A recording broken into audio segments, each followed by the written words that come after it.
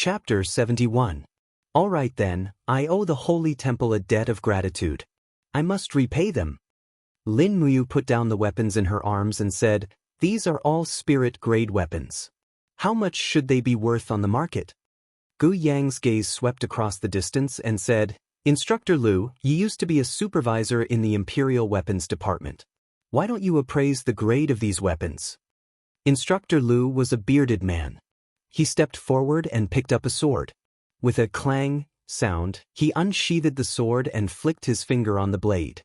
His eyes shone brightly as he said with a smile, "Good sword. This is a 7th-stage spirit-grade dark iron sword. Its market price is about 7001200 Jin coins. It's a treasure that many noble childs are eager to get." Lin Muyu turned to Lei Hong and smiled, "Then sell them to the Holy Temple at half price. These swords will be sold for 500 Jin dollars each. Grandpa Lei Hong, what do you think?" Lei Hong nodded happily. "Yes, Deacon Guyang, allocate 2,500 Jin dollars from the Holy Temple to Lin Ji. Remember to place these swords on the top floor of the weapons pavilion. Only Silver Star and Gold Star instructors can use these weapons." Guyang cupped his fists. "Yes, great Deacon." Lin Muyu left the Holy Temple after receiving the money. She bought a new scabbard and went straight to the Wanxing weapon shop. Her heart was filled with joy. She had fulfilled her promise with the Sword Elder and reforged the Burning Prairie sword into a 5th-grade mysterious grade demigod weapon. Now the Sword Elder should be teaching her superior sword techniques as promised, right? Early in the morning, the Wanxing weapon shop had just opened for business. When Lin Muyu stepped into the shop, she saw the Sword Elder standing on top of a branch in the distance. He was wearing a white robe and had the demeanor of an immortal. His feet were stepping on the tender leaves of a branch, and a long sword was slowly flying around his body. He was absorbing the spiritual energy in the morning light, and his breathing had the demeanor of a grandmaster. Only the heavens knew who this Sword Elder was, but at least Lin Muyu was almost certain that this Sword Elder's cultivation was definitely not below Lei Hong or Chu Chu's. Perhaps in the entire empire, he was also one of the strongest. It was just that he lived in seclusion and no one cared about him. Lin Muyu did not rush forward to interrupt. Instead, she held the Burning Prairie sword and silently stood on the stone path, watching the Sword Elder cultivate. After more than an hour, the sun was already high up in the sky. The spiritual energy in the morning light had also gradually dissipated. The Sword Elder finally slowly opened his eyes and looked at the youngster who was not far away. He smiled and said, "Young hero, have you fulfilled your promise?" "Yes." Lin Muyu leaped forward with the Prairie Fire sword in her hand. She knelt down on one knee and presented the treasured sword, saying, "Shifu, please accept it." The Sword Elder could not help but smile. He reached out to hold the Burning Prairie sword and pulled it out with a kang sound. Suddenly, he felt the flame on the blade surging and the faint sound of a fire flood dragon could be heard. Moreover, the sword's arc was simple and beautiful. It had the charm of a master's work. His finger lightly swung the blade and felt the sharp force. He could not help but smile and said, "5th-level mysterious rank. It really is a good sword. Did you use a 9,000-year-old fire flood dragon beast spirit?" Lin Muyu was stunned. "Shifu, you even know this?" The Sword Elder laughed. "If I could not even know this, how could I be your Shifu?" "Ha, that's true. Get up, I will accept you as my disciple." "Thank you, Shifu." Lin Muyu stood up, her face filled with endless joy. The Sword Elder looked at this new disciple and muttered, "The way of the sword is vast and boundless. If you want to learn the true imperial sword technique, you must cultivate a sword heart. Without a sword heart, you will not be able to communicate with the sword. Do you understand?" Lin Muyu was confused. "I don't really understand." The Sword Elder smiled. "It's no wonder. Your previous attainments in swordsmanship were not even superficial. To put it bluntly, the average imperial sword technique in Jianghu uses qi to control the sword. Using qi to control the sword's flight, but our sect's practice is to use the heart to control the sword. To put it simply, it is to communicate with the sword spirit within the blade, and become one with the sword. Therefore, even if the blade leaves your hand, it will change according to your will. Is there a difference between using qi to control the sword and using the heart to control the sword? Lin Muyu asked with an awkward smile. The sword elder could not help but laugh. He did not answer, but instead asked, when facing a battle, is your mind faster or your qi faster? Lin Muyu instantly understood. I understand, Shifu. Using the heart to control the sword is the best in the imperial sword technique. The sword elder lightly stroked his white beard. His expression carried a trace of arrogance as he said, that's right. When you master using the heart to control the sword, you will find that using qi to control the sword is extremely clumsy. And, thank you, Shifu. When do we start? Haven't we already started? I'll forgive this disciple for being slow-witted, that's right. The sword elder suddenly interrupted. What's wrong, Shifu?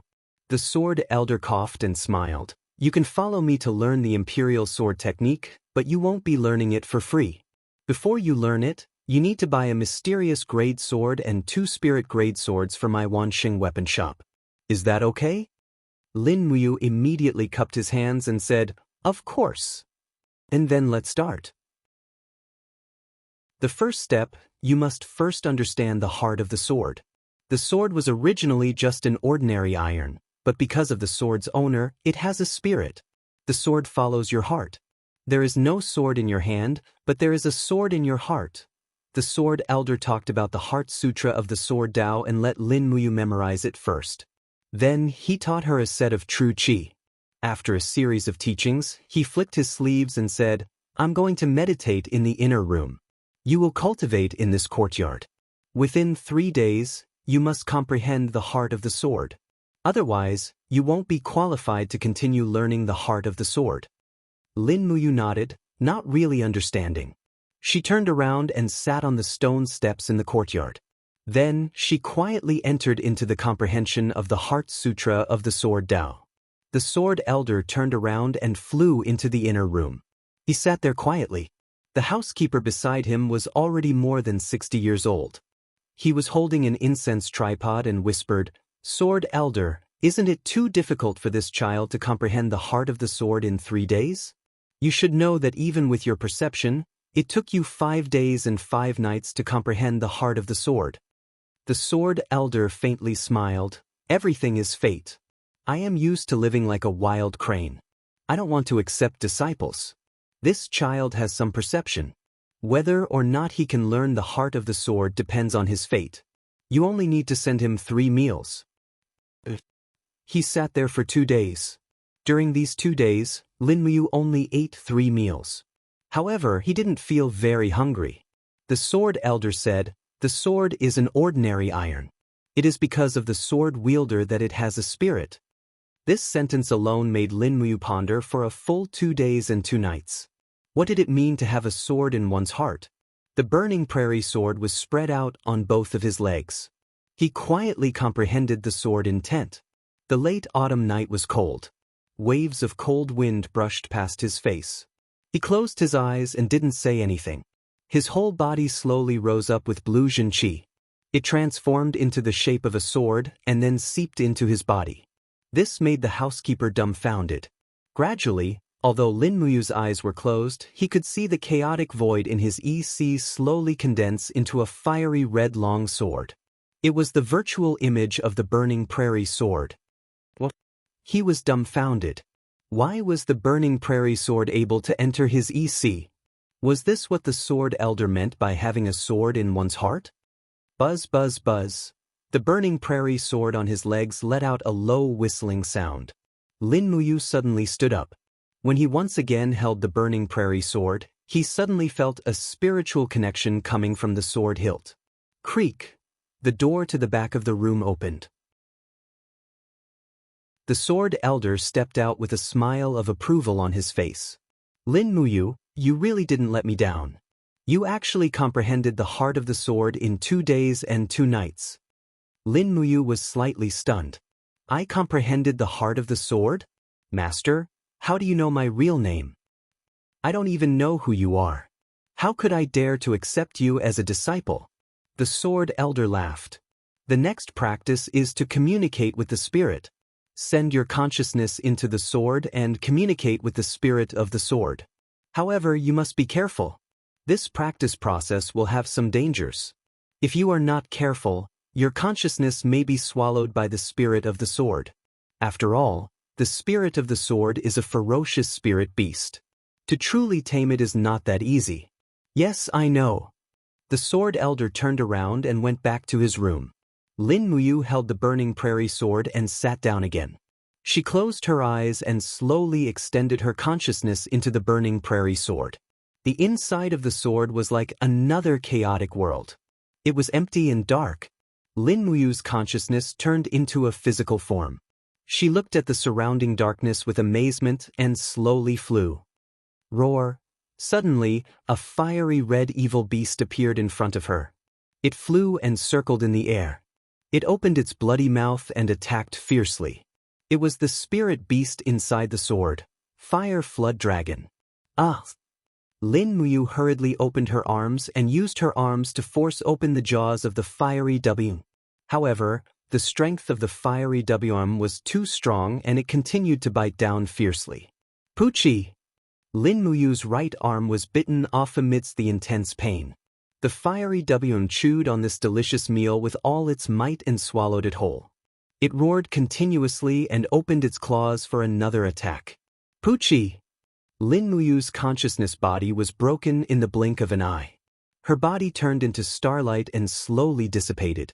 The Fire Flood Dragon roared again and again. It opened its mouth and bit off his other arm. Beast! Lin Muyu roared. An indescribable anger gushed out from the bottom of her heart. In the next moment, a golden light bloomed in the darkness. A golden true dragon covered in flames emerged from his body. The long dragon's body circled around Lin Muyu. The dragon's head looked at the Fire Flood Dragon. It suddenly opened its mouth and let out a dragon roar. Poochie! It bit the head of the Fire Flood Dragon and began to tear it apart. Pa! The huge dragon's claws crossed and firmly grasped the neck of the Fire Flood Dragon. The dragon opened its mouth and flames expanded. It looked like it was about to swallow the Fire Flood Dragon. Ao ao! The Fire Flood Dragon unexpectedly let out a cry. It lowered its proud head and whimpered as if it was crying. It was actually begging for mercy? In front of a true dragon, how could a mere Fire Flood Dragon be so rampant? Lin Muyu couldn't help but laugh. Her strength slowly dispersed and the image of the true dragon that lingered around her slowly disappeared. As for the Fire Flood Dragon, it crawled at Lin Muyu's feet, as if it had pledged its loyalty. Humph, that's more like it, he chuckled and slowly withdrew his consciousness.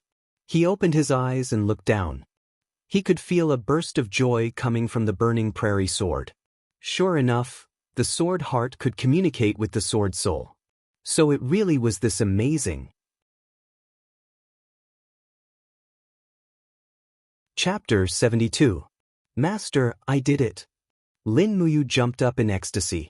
The sword elder walked out of the room and laughed. Good, your talent is indeed rare. Master, what should I learn next? Are you going to teach me a set of imperial sword technique? Lin Muyu asked, full of hope. Sword technique? The sword elder couldn't help but laugh. He twirled his beard and said, You, using your heart to control the sword doesn't have any sword technique. As long as you can defeat your opponent, any move is your sword technique. Even I don't have any sword techniques. The only thing I can teach you is a few scattered moves. Master, please tell me. Watch carefully. The sword elder gently raised his palm. Not far from the sword rack, a Qingfeng sword suddenly came out of its sheath.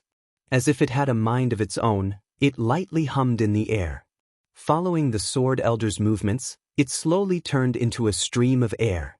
In the blink of an eye, the stream of air around it formed an invisible blade. With the Qingfeng sword as the core, the Qingfeng sword quickly bombarded the blue stone in front of him. With a loud sound, the blue stone turned into powder. Lin Muyu was stunned. The blue stone was at least 1 meter thick, but the Qingfeng sword was just an ordinary sword.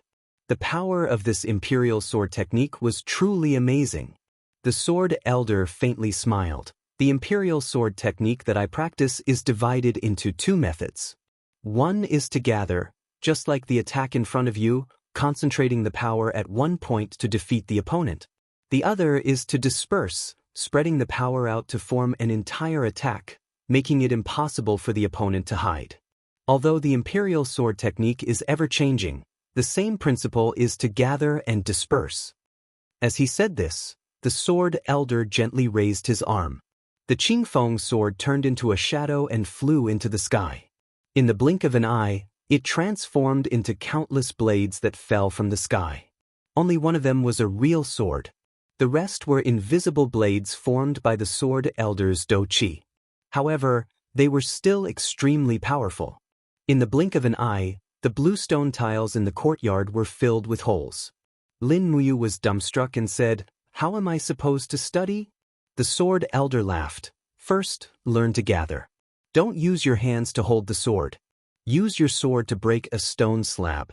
That's the first step." "Yes, master." The burning prairie sword was placed in the distance.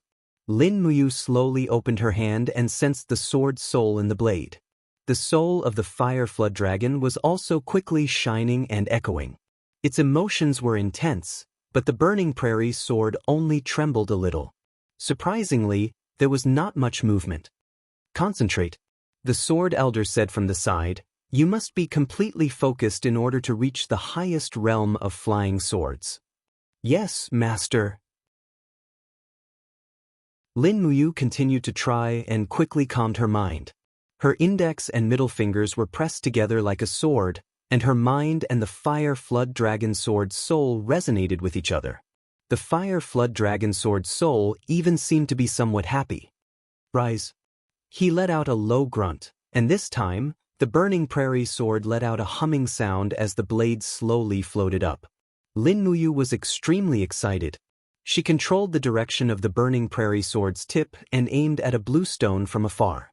She suddenly exerted force and said in a low voice, "Go!" Shwa!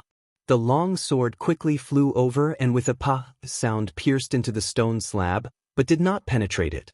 The sword elder laughed from the side and reminded him, "Ayu, your concentration is not enough. Concentrate your thoughts on the sword and combine them with the sword spirit. Only then will you be able to display the greatest power. Your current degree of integration is not even 10%. Continue practicing." "Yes, master." After more than 1,000 attempts, Lin Muyu finally opened his palm at daybreak. Using his heart to control his sword, he smashed the top of the bluestone slab into pieces. Moreover, this huge bluestone slab was already riddled with holes. Lin Muyu had spent the night tormenting it. Not bad. The sword elder once again appeared behind this diligent student. He smiled and said, Your imperial sword technique has reached small success. Thank you, master." "Don't be too proud. It is only small success. You still have a lot to learn." After saying that, the sword elder muttered to himself, "Speed and strength are the key to the imperial sword technique. However, this is only the basic imperial sword technique. Next, this old man will teach you an even more brilliant gather attack method." "HM?" The sword elder flicked his sleeves and suddenly, a wooden sword that was not far away flew up against the wind. It was aimed directly at another stone slab not far away. The sword elder smiled and said, "Ayu, do you think that this wooden sword can pierce through stone?" Lin Muyu could not help but be speechless. Wood piercing through stone, isn't that a bit too much? Really? The sword elder laughed and suddenly shook his arm. Suddenly, the wooden sword whistled and rotated with the sword as the axis. Its speed became faster and faster. Suddenly, it flew out. Stone chips flew in all directions and hit the stone. Sure enough, the stone was pierced through. Damn! Lin Muyu's mouth was wide open. She was extremely shocked. The sword elder smiled slightly. This is the spiral. The power of the spiral can increase the penetrating power. In this world, there are many people who know how to use the imperial sword technique. However, the number of people who know how to use the power of the spiral can be counted on one's fingers. Next, you will learn the spiral. Yes, master. In the blink of an eye, Another day passed. Lin Muyu's cultivation speed made even the sword elder sigh. This kid was indeed a genius at learning the sword. Buzz, buzz, buzz. A cyclone wrapped around the burning prairie sword. The fire dragon sword spirit happily cried out.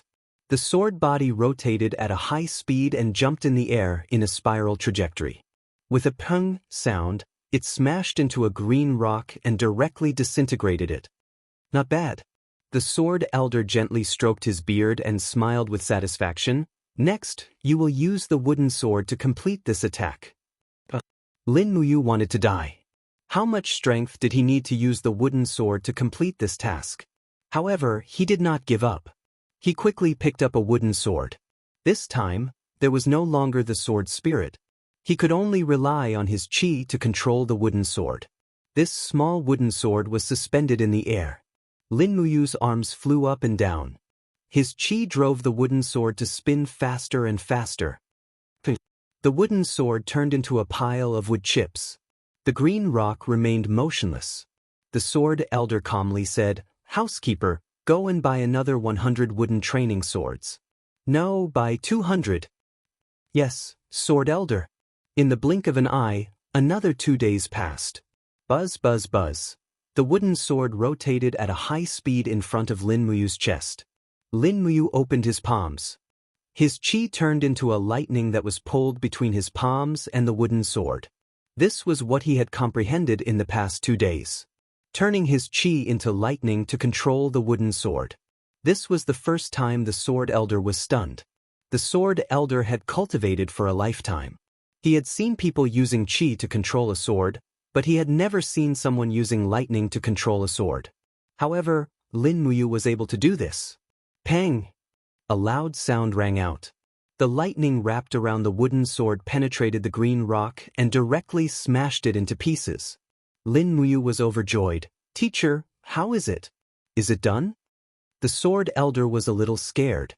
What kind of terrifying person was he cultivating?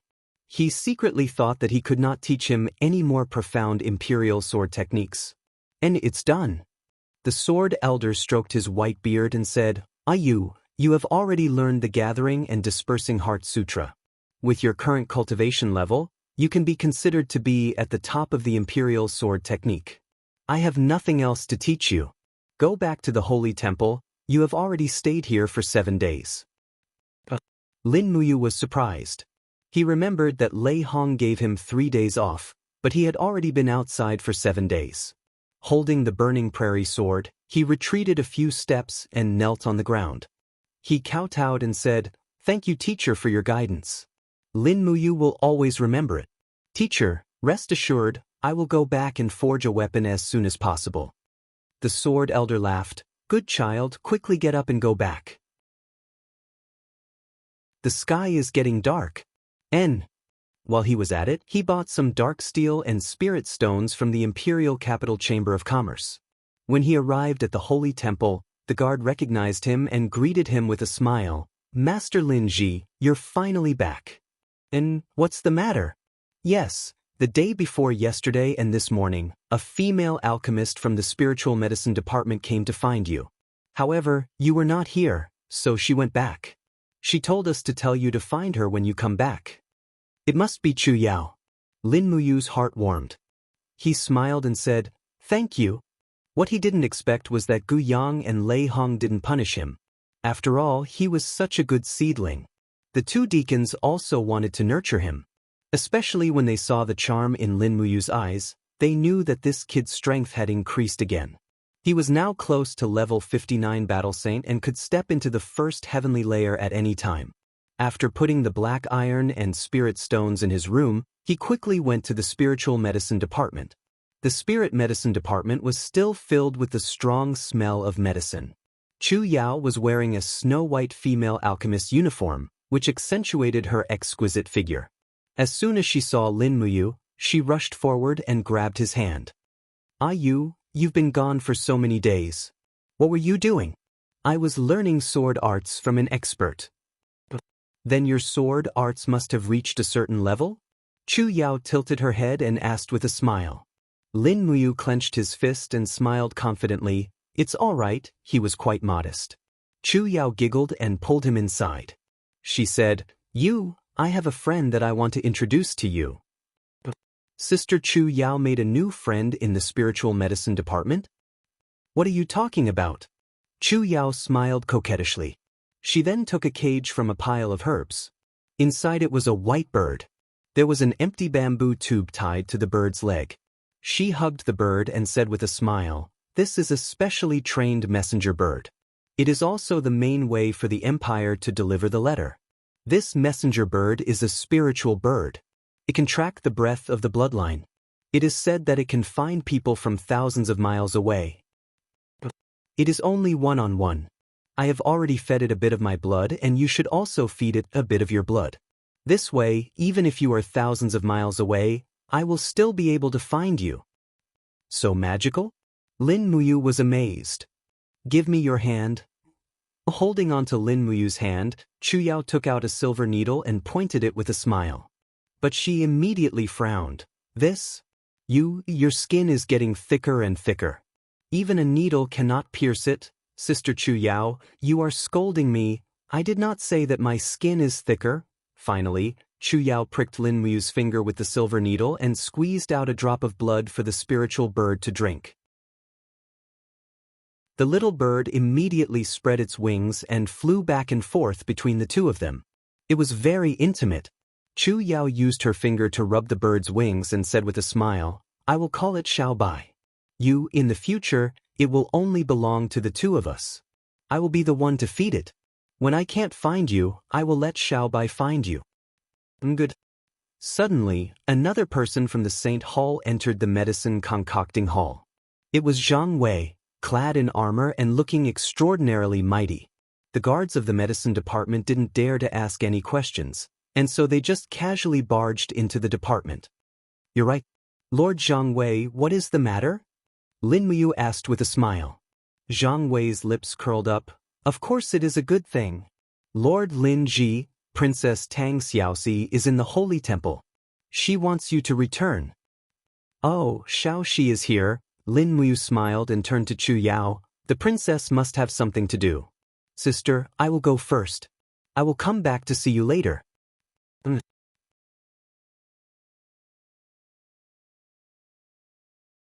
Chapter 73. In the southeast corner of Lanyan City's Zetian Palace, there was a small military camp. Soldiers dressed in dark blue imperial military uniforms were training with long spears in their hands. Horses galloped as a group of cavalrymen passed through the camp, holding blood-red patrolling flags in their hands. Other than the shouts of training, there was no sound in the camp. It was a scene of desolation. Military police camp, the place in charge of military law in the entire imperial capital. On the road paved with green and blue bricks, a patrolling duty officer flew in with a letter in his hand. He knelt on one knee and said respectfully, "Commander Darren, a letter from Tsangnan province." 2 rows of military officers stood respectfully on both sides. Behind the main officer's desk, a youth with sword-like eyebrows and starry eyes was looking at the map on the paper roll. He was wearing a high-ranking military officer's uniform with 3 golden stars on his collar. That was the military rank of the imperial commander. This person was none other than the commander of the imperial military barracks, Xianxia. At a young age, he was able to sit in the commander's position and was in charge of the military law of the entire army. Moreover, his identity was quite deep as he was the descendant of the imperial god of war, Xiang Wenin. It was because of this that almost everyone in the imperial army was somewhat afraid of him. Of course, Xiang Yu's most feared part was his bloodbath spear. Xiang Yu's cultivation was inherited from Xiang Wenin, and he could be said to be the most intelligent and brave general in the imperial army. "Another letter from Tsangnan province?" Xiang Yu asked with a slight smile. "Could it be that Jiujiu still wants me to arrest that Lin Muyu?" The duty officer shook his head. "This subordinate does not know." Xiang Yu took Yu's letter and scanned through it. He could not help but frown and said, "Tsangnan province has mobilized tens of thousands of troops and still could not find him. They also suspect that Lin Muyu has already infiltrated the imperial capital. What does everyone think should be done?" A high-ranking officer cupped his fists and said, "Commander, why don't we conduct a carpet search in the imperial capital?" Xianxia waved his hand. "Firstly, this is too much of a large force. Once His Majesty is alarmed, we may not be able to bear the consequences.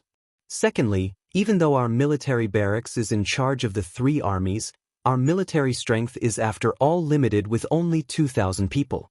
It is impossible to conduct a carpet search. Not only would it be a large force, it would also be futile." "Commander, do you have any brilliant moves?" The corners of Xiangyu's mouth curled up, and he said with a smile, "Can't say brilliant move. You guys follow me, we're making a trip to the Imperial Army's main camp. Haven't seen Commander Feng Jixing for a long time." "I was just thinking of exchanging pointers with him. It just so happens that Feng Jixing's 30,000 Imperial Guards are in charge of this matter. We must capture Lin Muyu as soon as possible. Otherwise, Uncle will keep nagging us." The Deputy General had a smile on his face. "Lord Commander is brilliant. This subordinate admires you." Holy Palace. The afterglow of the setting sun shone on the buildings of the Holy Palace, casting the statue of the god of war, Xiang Wenyin, on the top of the Holy Palace on the ground. It was extremely long, as though it was about to cover the entire side palace.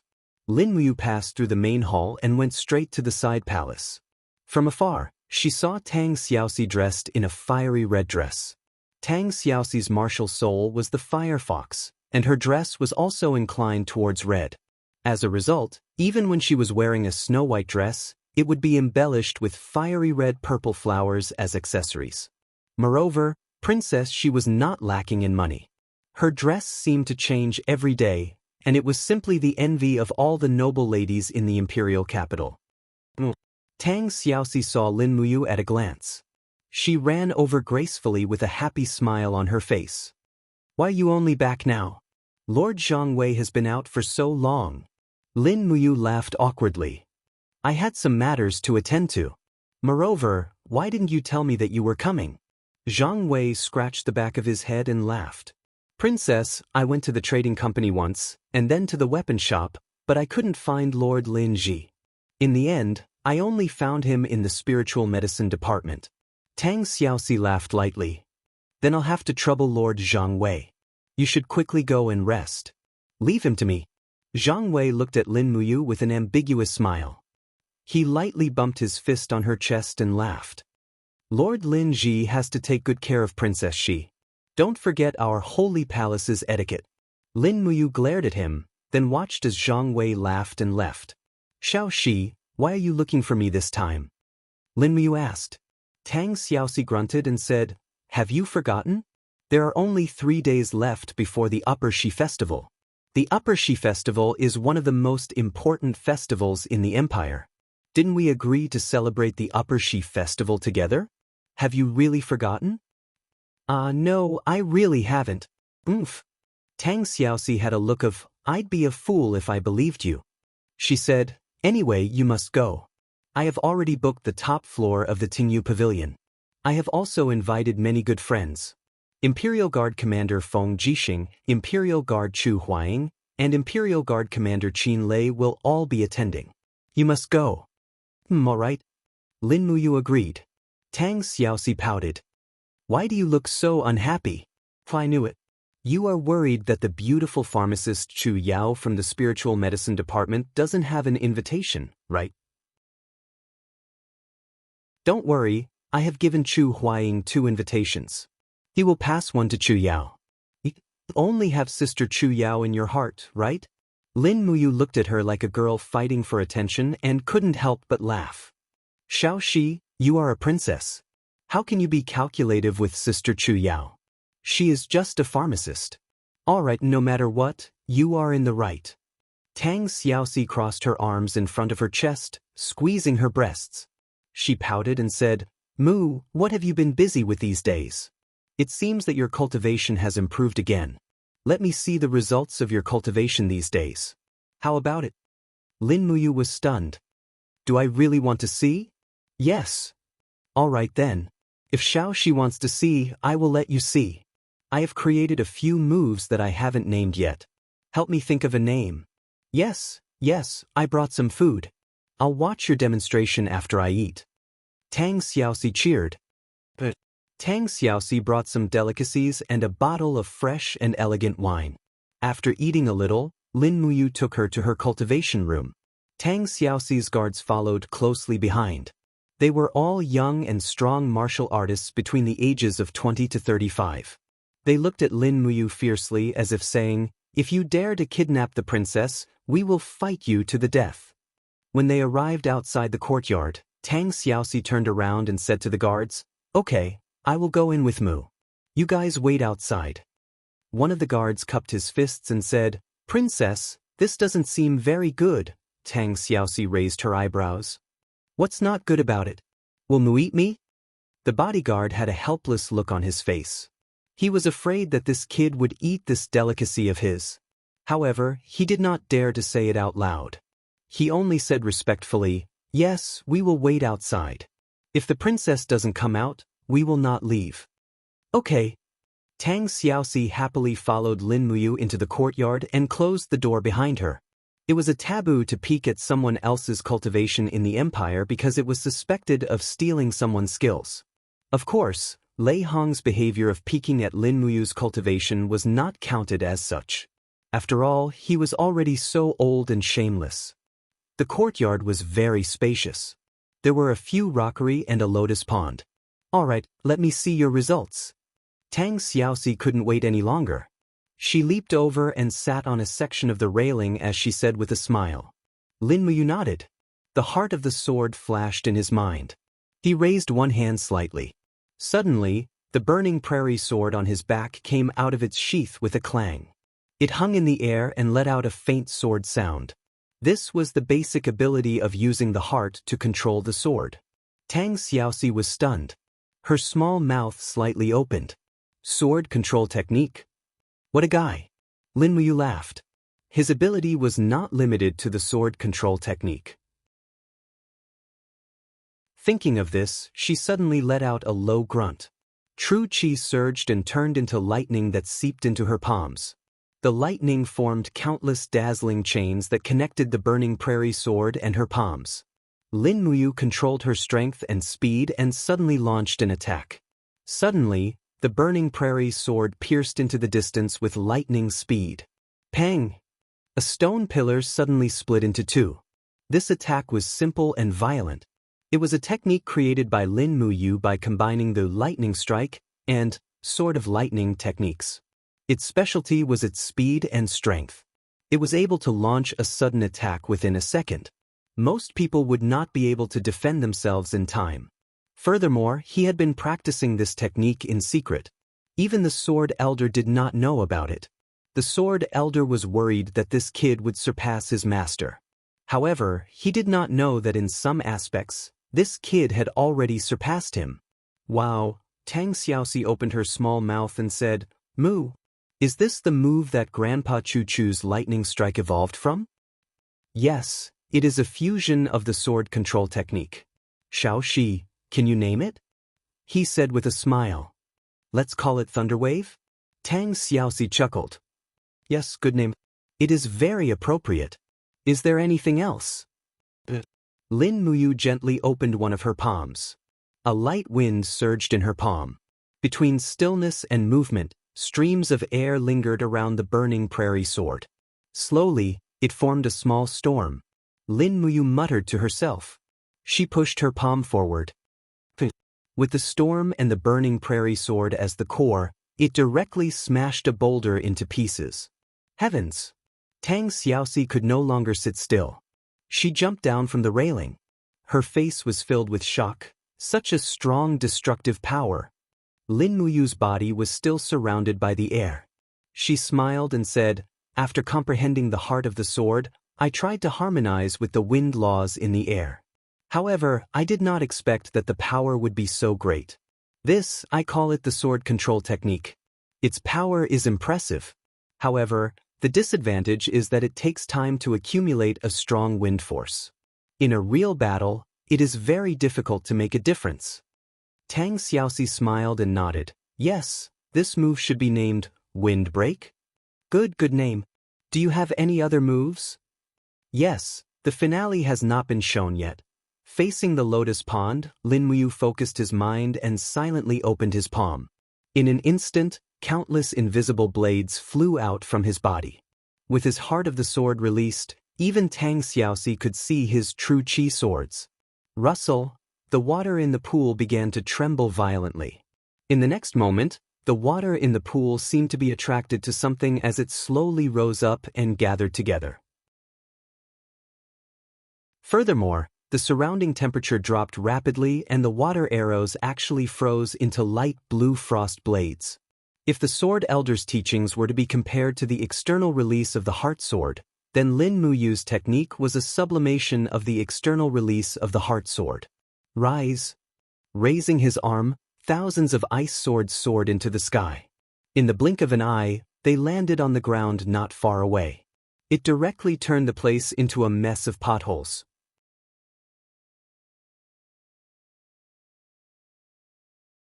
Chapter 74. Using water to control the sword heart technique scatter word formula, Lin Muyu quickly calmed the surging qi and blood caused by the excessive consumption of true energy, and said with a smile, Xiaoxi, what do you think of this move? Is it flashy enough?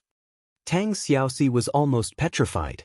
After a while, she blinked her eyes and said, So powerful. These words made Lin Muyu's confidence almost explode.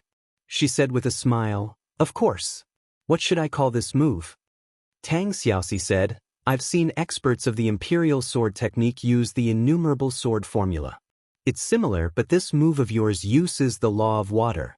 Why don't we call it innumerable sword absolute ice? Good name. Anything else? Tang Xiaoxi asked weakly. There's still one last move, and it's also the move with the most explosive power. Show it to me. Alright. Lin Muyu muttered to himself. Immediately, the burning prairie sword flew up with a swoosh and stood vertically in front of him. He opened his palms and wisps of true dragon primary fire condensed between his fingers, slowly transforming into a flaming chain between his palms and the blade of the sword. After activating the rotational force, the burning prairie sword slowly rotated on its axis, while the wisps of true dragon primary fire in his palms spiraled around the blade of the sword like a long dragon. With a dragon's roar, Lin Muyu shouted, Go! The long sword whistled through the air, carrying with it a vast spiral of fire. The heat spewed out, and the pond water to the side sizzled. Lin Muyu's target was a huge rock with a diameter of at least 5 meters, and it was an extremely hard black rock. Amidst the loud noise, rocks flew everywhere. Lin Muyu opened his hand, and the wall of the gourd came out of his body, protecting him and Tang Xiaoxi. The impact of this blow swept through the entire courtyard, and the guards outside couldn't help but knock on the door. Princess, there's such a big commotion inside. Are you all right? I'm fine, don't come in. Tang Xiaoxi said loudly. Yes, Prince. Controlling the sword with fire. Lin Muyu calmed herself down and said faintly, Flame is the source of power. Together with the piercing effect of the whirlwind, this strike's penetrative power and power are the strongest among all of my moves. Its weakness is the same as Gale Break. The charging time is too long. It's said that the speed at which battle energy is condensed is faster. Maybe when I step into the heaven realm and understand battle energy, I can improve this move. Xiaoxi, what do you think of this move? What's a good name? Tang Xiaoxi became even more restless. Her face was roasted red by the flames as she said, I vaguely heard the roar of a dragon just now. Mu, why is there dragon force in this move of yours? Is it a move cultivated from the true dragon bone I gave you last time? Yeah, Xiaoxi is so smart. So that's how it is. Let's call it Dragon Flame Spiral Break. This style looks really good. Lin Muyu stood proudly in the courtyard. The Sword Elder had taught him the heart of the sword and controlling the sword with heart, so he could be considered as his sword art's first teacher. However, the 4 elemental sword control law that he had comprehended in the past few days had surpassed his teacher. Perhaps it could be said that he already had the demeanor of a transcendent master. Tang Xiaoxi, on the other hand, was sullen. "What's wrong, Xiaoxi?" he asked with concern. Tang Xiaoxi raised her head and looked at him with a pair of starry eyes. She said, "When we were in Cathaya City, you were still so weak and needed my protection. But after we came to Lanyan City, Mu has completely surpassed me. My realm is already far inferior to yours. It's okay, I can protect you in the future." He smiled brightly. Tang Xiaoxi's heart warmed and she nodded happily. However, she couldn't show it too obviously, so she pouted and said, "Mu, are you about to step into the heaven realm? My current cultivation is Battle Saint, just one step away, but I still can't break through." Lin Mu shook her head and said, "I probably need another opportunity. I plan to find a day to cultivate in the dragon-seeking forest. If I meet a suitable spirit beast, it can help me break through and step into the heaven realm." "Yes, I want to go with you. Also, you must remember our promise. The Xianxia festival will be held 3 days later. This is the invitation, you must come." "Okay." After sending off Tang Xiaoxi, Lin Muyu secretly let out a sigh of relief. Xiaoxi was approachable, smart, and cute. She was definitely a very good girl, but his status was too different from hers. Moreover, he was currently a wanted criminal. He had a deep feeling that she was out of his league. He didn't want to be a gigolo. Even if he had any status in this world, he had to rely on his own fists to make a name for himself. He didn't want to think about anything else and obediently went to forge a new sword. This could be considered as his tuition fee for the Sword Elder, right? After all, the Sword Elder was a businessman. He definitely wouldn't lose out on this point. At night, the stars shone brightly. The Imperial Army camp was brightly lit. The cavalry galloped in front of the central army tent. The 10 Kiliarchs on duty at night had already led their subordinates to patrol the capital. In the central tent, Feng Jixing was holding an oil lamp and holding a bamboo scroll in his hand. On the bottom of the scroll, there were 4 big words, 7 scrolls of victorious tactics. This was the military strategy passed down from generation to generation by the founding hero of the Great Qin Empire, Xiang Wendian, who was known as the God of War. Every general of the empire would study the 7 scrolls of victorious tactics, but it was unknown how many people could truly comprehend the profound meaning within. Rustle? The curtain was lifted and a captaincy cupped his fists and said, "Lord Commander, the people from the Military Police Battalion have arrived." Military Police Battalion? Feng Jixing raised his head and looked. The light from the oil lamp flickered slightly, illuminating his handsome face. What are the people from the Military Police Battalion doing at the Forbidden Army? Who led them? It's the commander of the Military Police Battalion, Xianxia. Xianxia? Feng Jixing frowned and stood up. He brushed his battle robe and said, "Follow me to welcome them." Outside the tent, Xianxia walked over with dozens of Military Police Battalion generals. From afar, he cupped his fists and said with a smile, "Brother Feng, long time no see. You are still as handsome as ever." Feng Jixing smiled and cupped his fists and said, "Subordinate Feng Jixing greets Lord Xianxia." Xianxia smiled and said, "You and I are both commanders of the empire. There is no need to be so formal." Even so, Feng Jixing still gave a military salute. Although the total number of military police battalion was only 2,000 people, they had the most power in the Imperial Army. Even he, the commander of the 30,000 Imperial Army, had to be respectful to Xianxia. "I wonder what important matter Lord Xianxia has come to the Imperial Army camp this time?" Feng Jixing asked. Xianxia laughed and said, "It's a small matter. Let's talk inside the tent." After entering the Imperial Army tent, Xianxia sat down on the commander's seat without a trace of politeness. The high-ranking Imperial Army generals immediately glared at him. Luo Lai had already placed his palm on the hilt of his sword, but Feng Jixing stopped him with a stern look. Xianxia naturally had his reasons for being so arrogant. He had the right to be so. Pressing his hand on the table, Xianxia looked at the 7 victorious scrolls next to the oil lamp and couldn't help but laugh. "General Feng is studying the military books passed down by our ancestors?" "Yes." Feng Jixing smiled respectfully and said, "I can only study 1 or 2 of them. This general is slow-witted and cannot completely understand the essence of the war god. General Feng is too modest. Xianxia smiled coldly and said, General Feng should have heard of the murder of Cathaya City's Hua Tian, right? The murderer, Lin Muyu, is said to have infiltrated Lanyan City. What do you mean, my lord? Xianxia waved his hand lightly and said with a smile, Our military police camp is short on manpower and cannot search the entire city for Lin Muyu. That is why we have come to the Imperial Army camp to ask General Feng to act on our behalf. The Imperial Army of 30,000 is enough to turn the Imperial capital upside down to capture Lin Muyu. Feng Jixing's heart trembled. He cupped his hands and said, My lord, please forgive this general for being powerless. But Lanyan City is the Imperial capital, the city of true dragons.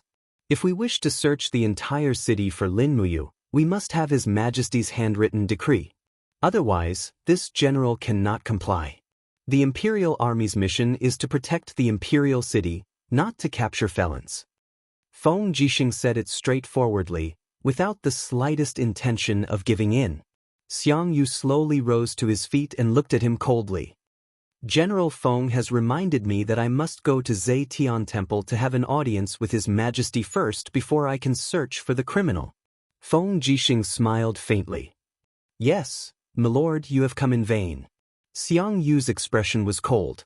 He walked down from the commander's seat and stepped on the dark blue carpet of the Central Army tent. He looked at Feng Jixing with a cold gaze and said with a smile, How can I come in vain? I heard that General Feng has studied ancestor Xiang Wentian's wind saber technique for many years and is known as the strongest master of wind saber technique in the empire.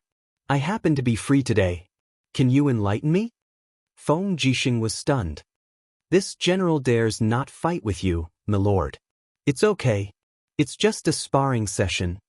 Xianxia raised his hand and pulled out a saber from his subordinate's waist.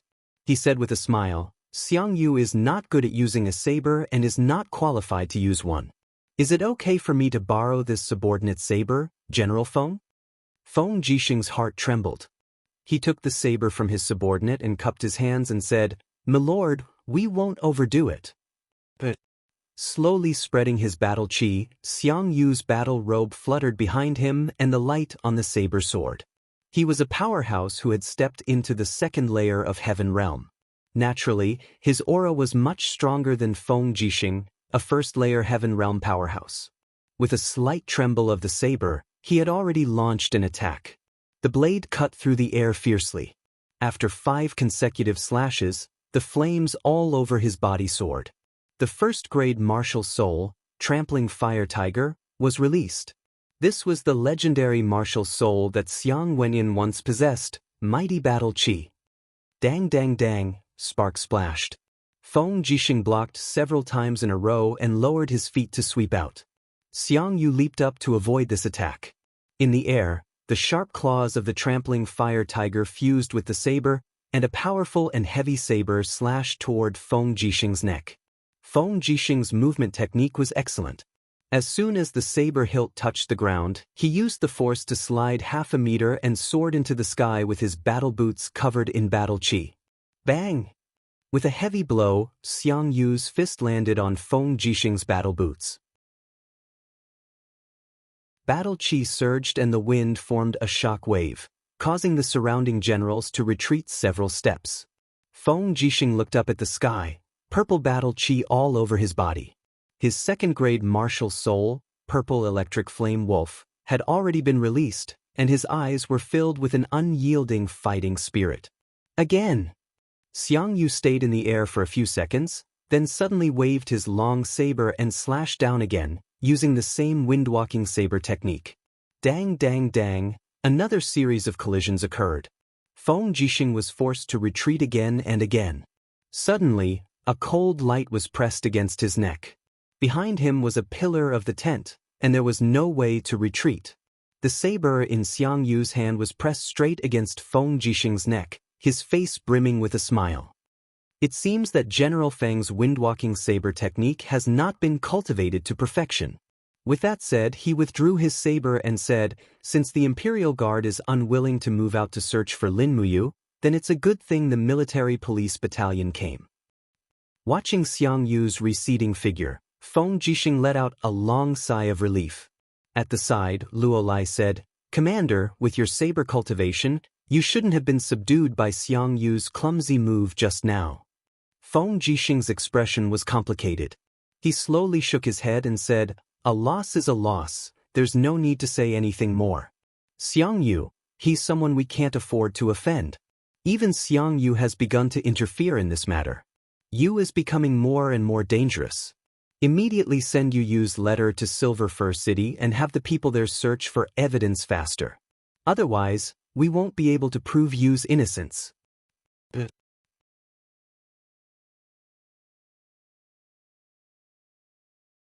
Chapter 75. 3 days passed by in the blink of an eye. The banquet was held at night, so Lin Muyu did not go there early. Instead, he cultivated the imperial sword technique in the courtyard of his residence in the sacred hall. The flames in the prairie fire sword were faintly discernible. The body of the sword was suspended in the air, controlled by an invisible force. Lin Muyu stood a few meters in front of the longsword.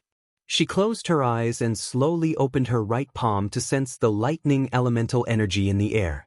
The tiny and violent lightning elemental energy gathered into strands of purple lightning energy that swam between her fingers like a group of naughty children. Lin Muyu could not help but laugh at the sight of it. His compatibility with the laws of lightning was becoming more and more perfect. Among the 4 types of imperial sword technique, he seemed to be the most adept at using lightning. Very few people could withstand a lightning strike. However, he had never displayed the power of the imperial sword technique and the true dragon essence fire in the sacred hall. Just like what Lei Hong had said, in this world, one must learn to hide one's edge. Otherwise, the tallest tree in the forest would be destroyed by the wind. As his cultivation increased, the defensive power of the martial soul gourd alone was enough for him to look down on everyone in the sacred hall. He could even fight against a gold star instructor like Ouyang Qiu without being at a disadvantage. It was also because of his existence that the status of the sacred hall's sparring partners had risen a lot. It could be seen from the attitude of the servants and guards towards the sparring partners. After all, the position of the sparring partners in the sacred hall was punching bags. However, the appearance of Lin Muyu covered this punching bag with a layer of armor and thorns. His appearance made the group of instructors no longer look down on the sparring partners. The group of instructors led by Zhang Wei had even treated the Gold Star sparring partner Lin Muyu as a good teacher and helpful friend. Knock knock. There was a knock on the door. A servant said respectfully, "Lord Lin Ji, it's time. According to Princess Xi's instructions, it's time for you to set off for the Tingyu Tower. The coachman has already prepared a fine horse for you." "Thank you." Lin Muyu opened his eyes. The divine light in his eyes disappeared, and a smile appeared on his handsome face. He looked harmless, as if he had returned to the playful and scolding kid. Carrying the burning prairie sword on his back, he went out. As expected, there were more than 100 fine horses in the riding training grounds of the Holy Sanctum. Usually, they were only provided to instructors and sparring masters to practice riding skills. Today, due to his relationship with Tang Xiaoxi, there was actually a horse for him to use. Immediately, Lin Muyu felt as if he had soared through the ranks and was using the public transport. He mounted the horse and performed an imperial military salute to the coachman, smiling respectfully. "Thank you, I'll be back on time to send the horse back. Please don't worry." The coachman was flattered and hurriedly said, "What are you talking about, sir? Please feel free to use them. Deacon Guyang has instructed that all Gold Star instructors and Gold Star sparring masters can choose their favorite warhorses from the stable. You don't have to be so polite." "Yes, thank you very much." Lin Muyu smiled and slowly spurred the horse forward. The coachman stood there in a daze. He could not imagine that a Gold Star sparring master from the Holy Sanctum would treat him so respectfully. After all, the disparity in their statuses was too great. However, Lin Muyu was already used to it. He came from a good family, the son of Long Xian Group's CEO cum chairman, Lin Shun. It could be said that he grew up with a golden spoon in his mouth. Lin Shun was a gentle and docile person, so Lin Muyu grew up to be a humble person. In the eyes of others, he was a second-generation rich kid, but those who really interacted with him knew that he had a good upbringing and was humble. Even when he was facing a waiter, he was still very respectful. There was an old saying that a person's upbringing depended on his attitude towards the waiter. This saying seemed to be reflected in Lin Muyu. However, the coachman was someone from another world. Since he was young, he had been influenced by the concept of hierarchy. In his mind, Lin Muyu was a high and mighty gold star sparring master, a legendary lord. Lin Muyu's humility would only make the coachman feel fear. As he passed by the side hall, someone called out to him, "Lin Ji, don't be in such a hurry to leave." He turned around and saw Zhang Wei walking over with a white general's robe in his hands. He said, "You are a gold star sparring master from the holy sanctum. How can you wear such a shabby outfit to attend Princess Tang Xiaoxi's last Eve festival banquet? Come, the Grand Deacon asked me to give you this armor. All the gold star sparring masters of the holy sanctum wear this to meet the emperor." Lin Muyu was stunned and quickly got off the horse. She looked at the general's robe in Zhang Wei's hands. It was actually made up of silver chainmail and a white general's cloak. She looked at her own green robes and could not help but feel ashamed. After being in the holy sanctum for so long, she did not seem to pay attention to her image. "All right then, thank you, Sir Zhang Wei. You're welcome. Quickly change." "Okay." He entered the side hall and put on the gold star sparring master's uniform. When he walked out, Zhang Wei's eyes lit up and he could not help but clap. "That's amazing.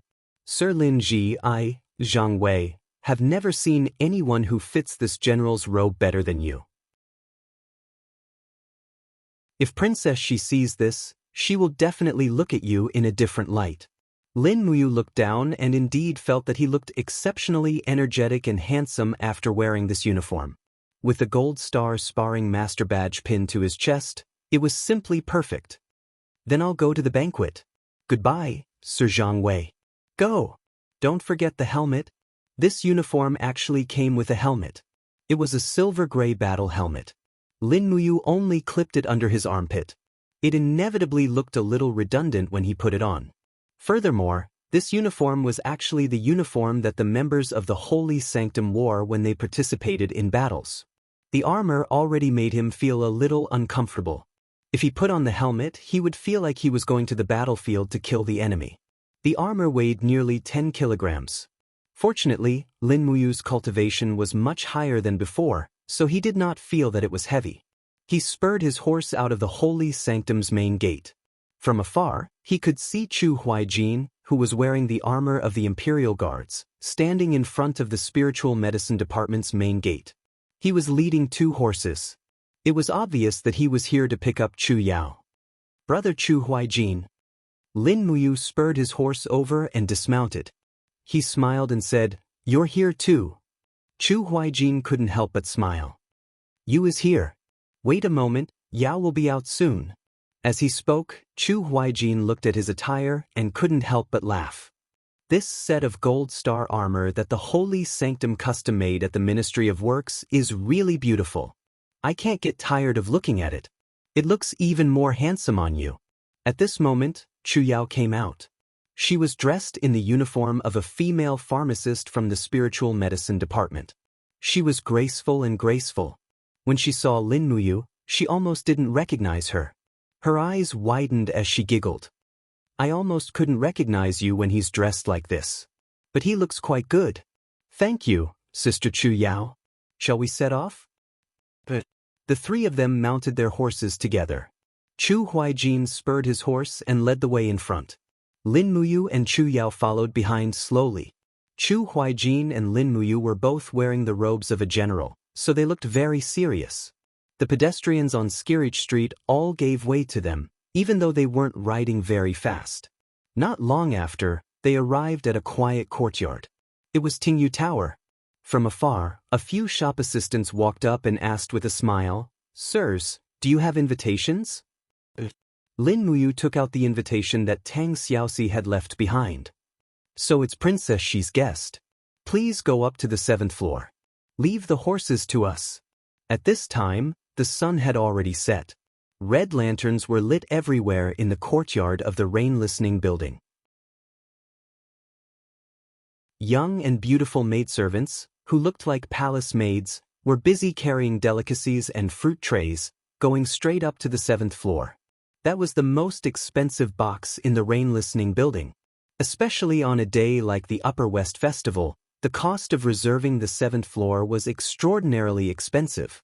I heard that the cost of the 7th floor of Tingyu Tower during the last lunar festival is 700 Jinin coins a night. Chu Yao stuck out her tongue and laughed. Chu Huaijin smiled slightly. It's okay, we don't have to treat you. Lin Muyu said, yes, Xiaoxi is rich, she doesn't care about this. When the three of them went upstairs, they saw a group of Imperial Guards guarding outside the door. The commander of the Imperial Guards, Qin Lei, was wearing a general's robe and had his hand on the hilt of his sword. He smiled and said, all the guests are here. He didn't recognize Lin Muyu and asked in surprise, this is? Chu Huaijin said respectfully, reporting to Lord Commander, he is Princess Xi's guest, Lin Muyu. Let's go in. Qin Lei grinned and didn't say anything.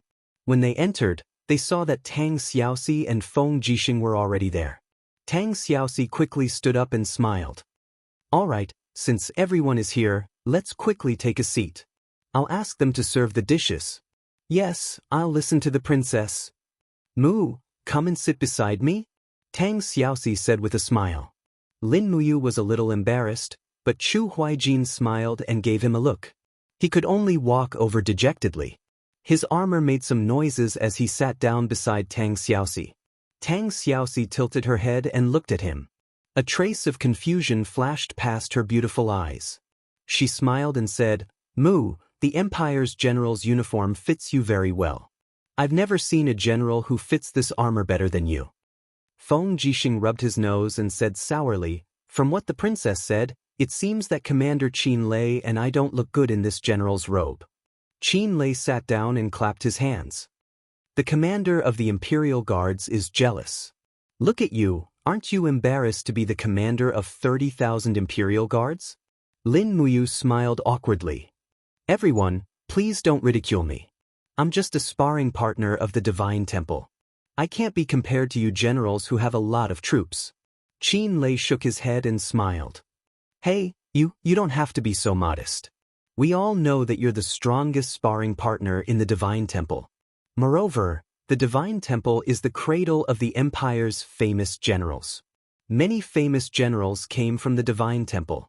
Feng Jixing, Chu Huaijin, and I were all from the Divine Temple, so you don't have to be so modest. Yes, thank you. What's your name? Qin Lei was stunned. He couldn't help but laugh. My name is Qin Lei. I'm the eldest son of Prince Jining. I'm the commander of the Imperial Guards. Lin Muyu's heart skipped a beat. It seemed that tonight's Eve banquet was not simple. The people that Tang Xiaoxi invited seemed to be more powerful than the other. This Qin Lei was the son of a prince. He was definitely one of the top figures in the empire.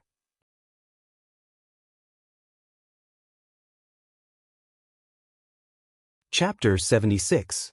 Come, this is the sweetest jasper flower wine in Lanyan City. Have a taste. The maid poured a cup of wine, and the fragrance of the wine filled the air. Feng Jixing held the cup and smiled.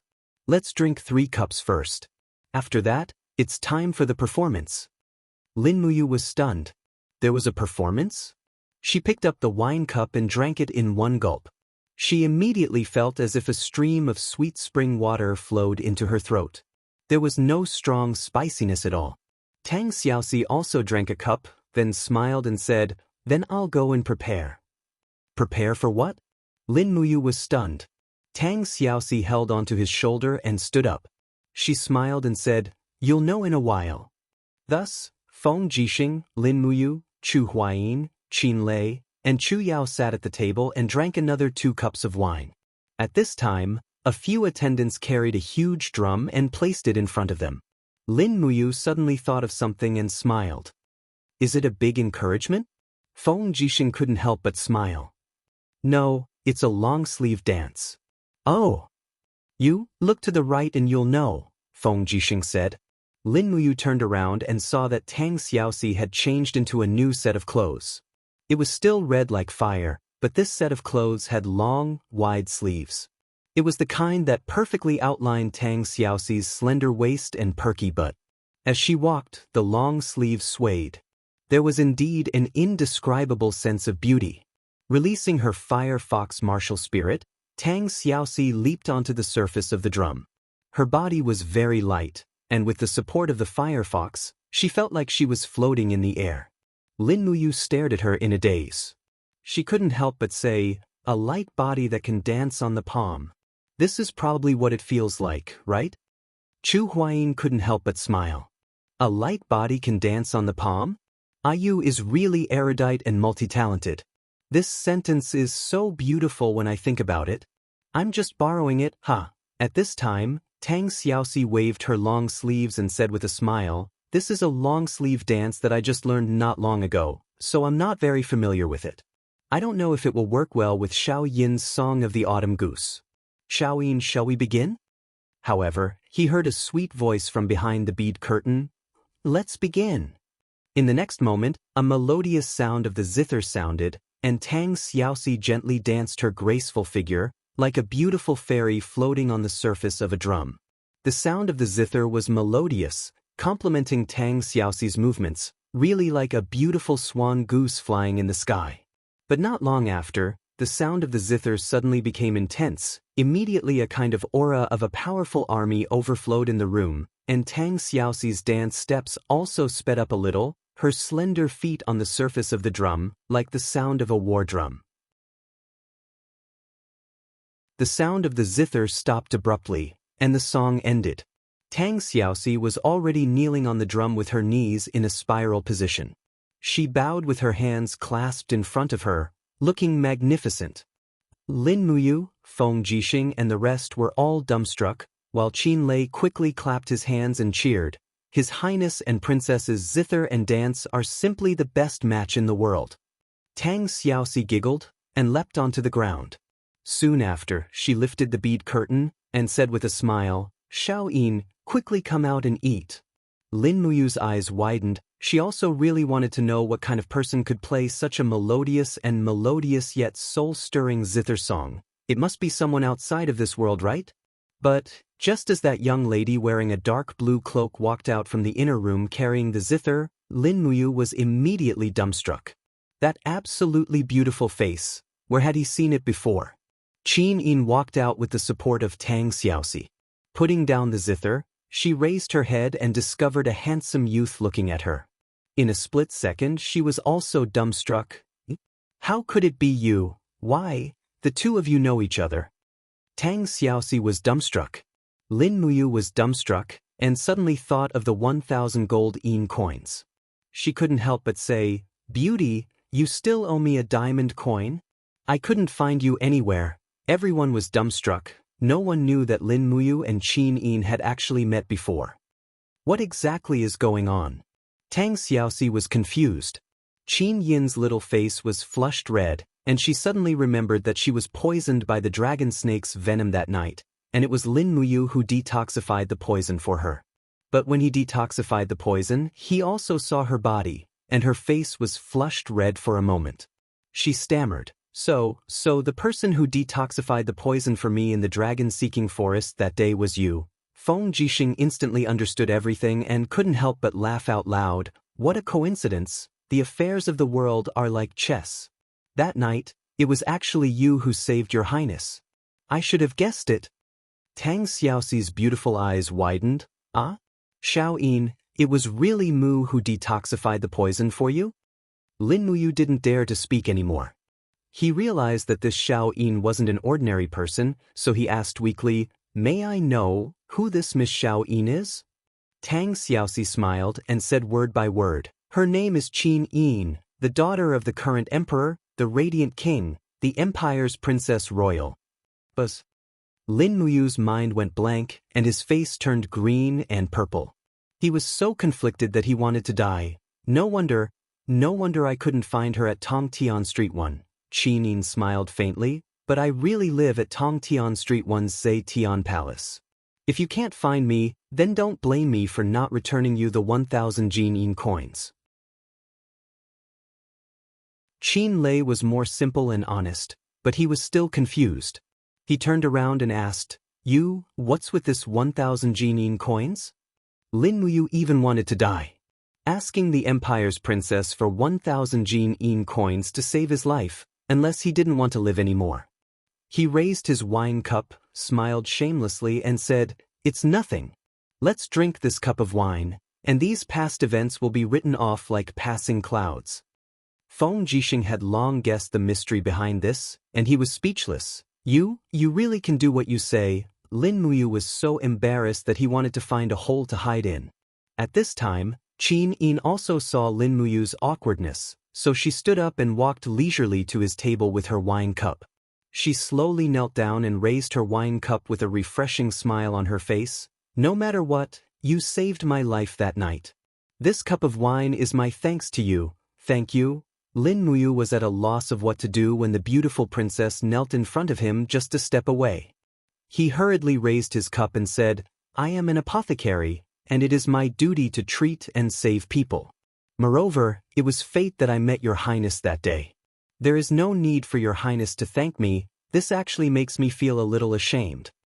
Qin Yin burst into laughter and said in a peerless manner, "Since General Feng calls you, then can I also call you?"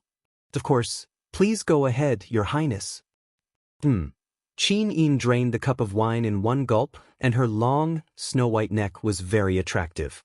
Lin Muyu also raised his cup and drained it in one gulp, a myriad of feelings welling up in his heart. He hadn't thought that he would be so close to the ruler of this world. The Empire's princess was sitting right in front of him, and even the fragrance of Qin Yin's body wriggled into his nose. This feeling was too wonderful. So many people had been dreaming for so many years, and now he had realized it. Tang Xiaoxi tilted her head and looked at the blushing Lin Muyu. She asked with a smile, "Mu, are you nervous?" "Don't worry, Xiao Yin isn't fierce." He agreed softly. At this time, Qin Yin stood up and walked gracefully back to her seat. She said with a smile, "Father had originally wanted me to accompany him in Zetian Hall for the last lunar festival, but I couldn't refuse Xiaoxi's kindness and had no choice but to come. It was a good thing that I saw Xiaoxi's long sleeves dance, and I also saw Lin Muyu who saved my life. I was so happy that I couldn't put into words."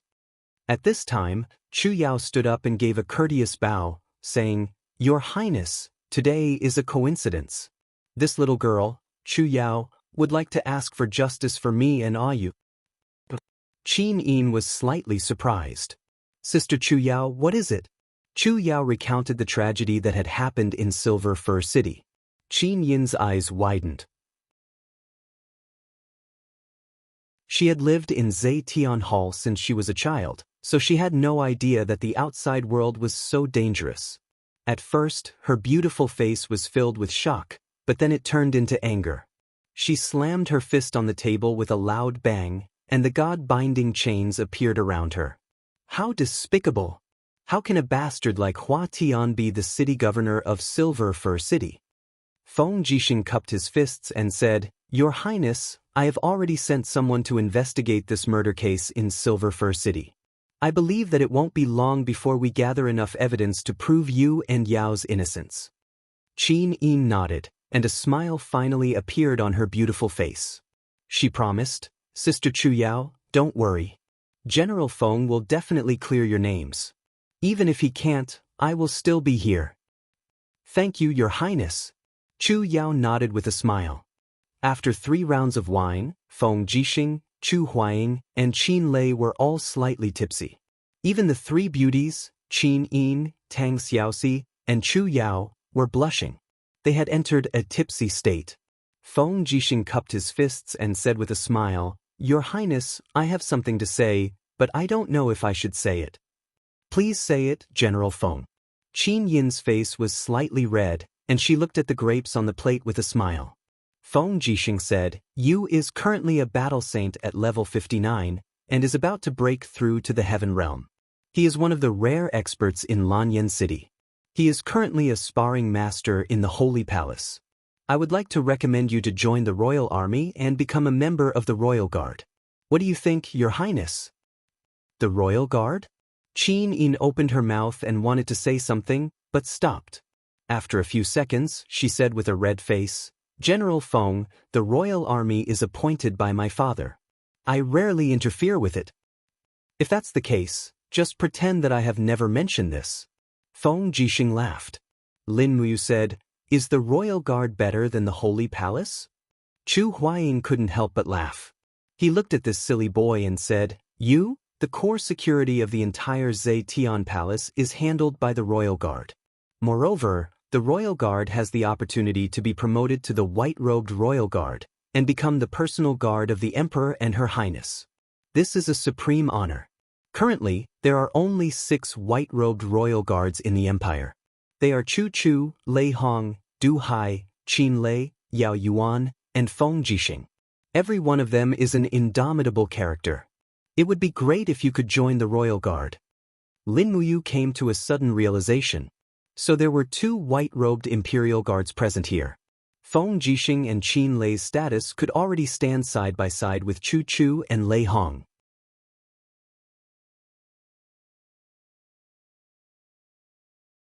Chapter 77.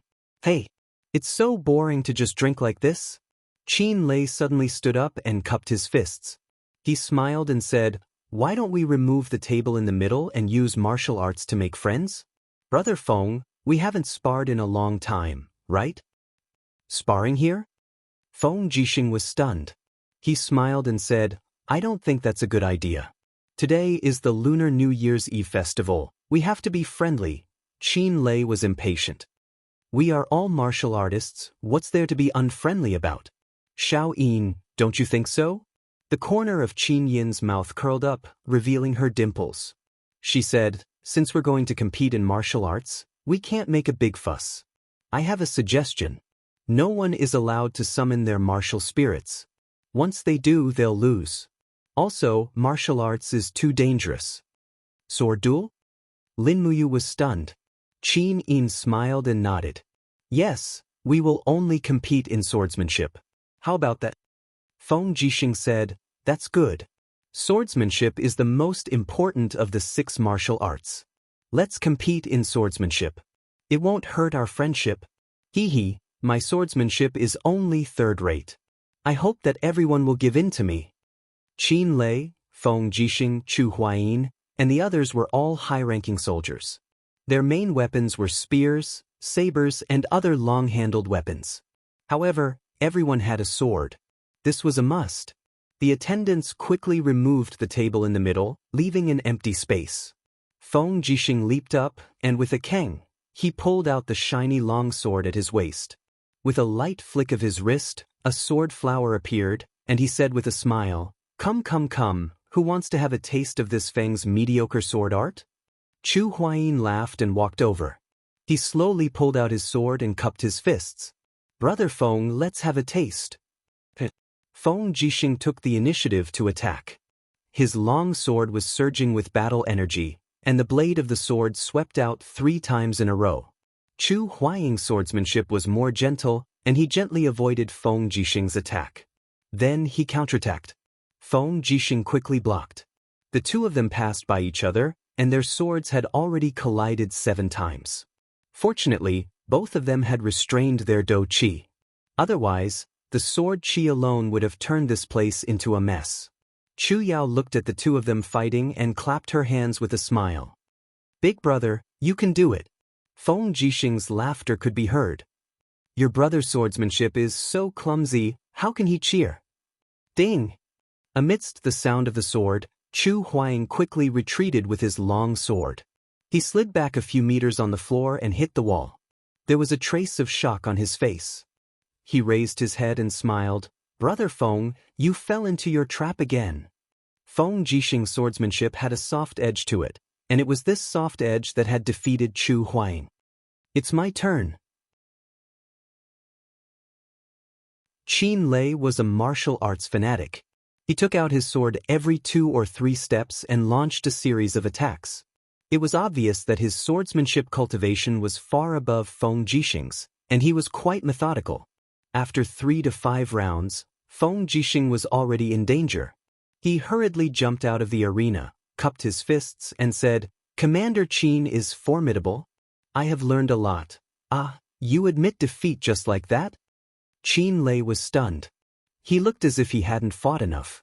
He said resentfully, "I thought that your swordsmanship had improved, but I didn't expect that you were lazy and didn't learn swordsmanship at all." Feng Jixing laughed. "I specialize in the wind blade technique, not swordsmanship."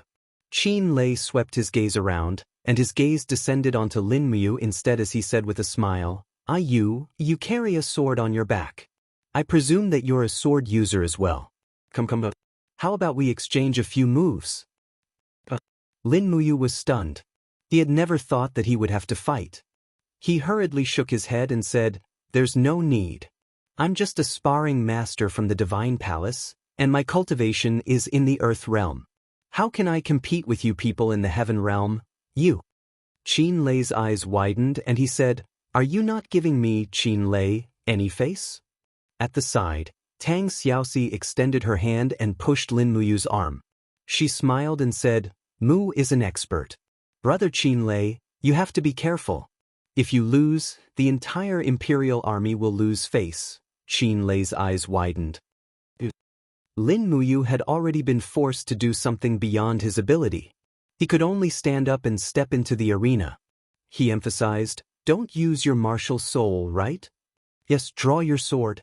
Lin Muyu stood majestically on the spot. His right hand was placed horizontally in front of his chest. Streams of qi enshrouded him, and the prairie fire sword behind him unsheathed itself with a clang. He raised his hand and grabbed it. Streams of flames appeared on the sword's blade. Good sword, what a handsome sword technique. Qin Lei couldn't help but feel that it was interesting.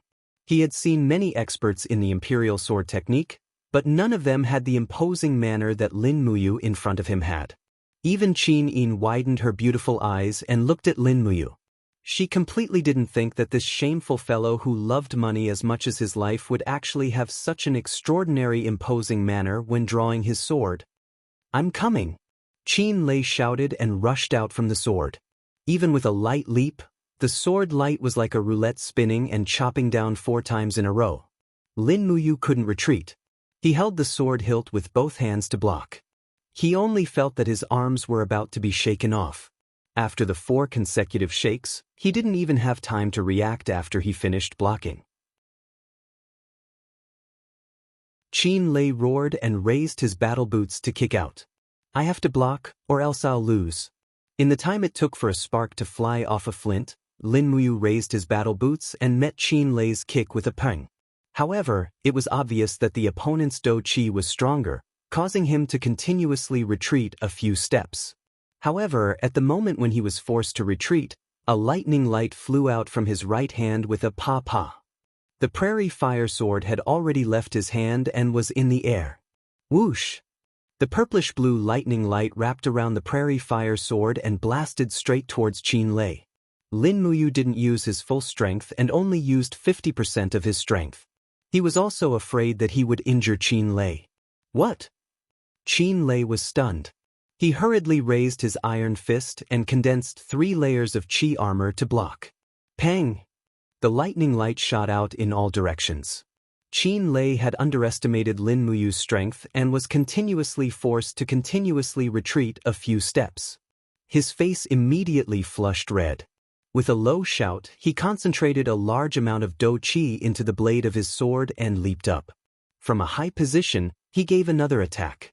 This bull was planning to use strength to restrain the opponent. This attack was really too strong. Even the bitingly cold do qi blew to the point that Lin Muyu almost couldn't open his eyes. Opening his palm, a light breeze was silently generated. It was precisely the prelude to the prairie fire sword. Ha!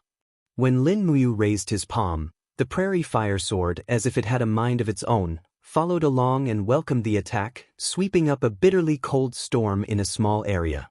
The weapon in Qin Lei's hand was only made of ordinary iron and couldn't be compared to the prairie fire sword, which was a 5th-tier mystic rank sword. Adding on the power of the sword's soul, with a sharp whistling sound, the gale break collided with Qin Lei's attack storm. Pang!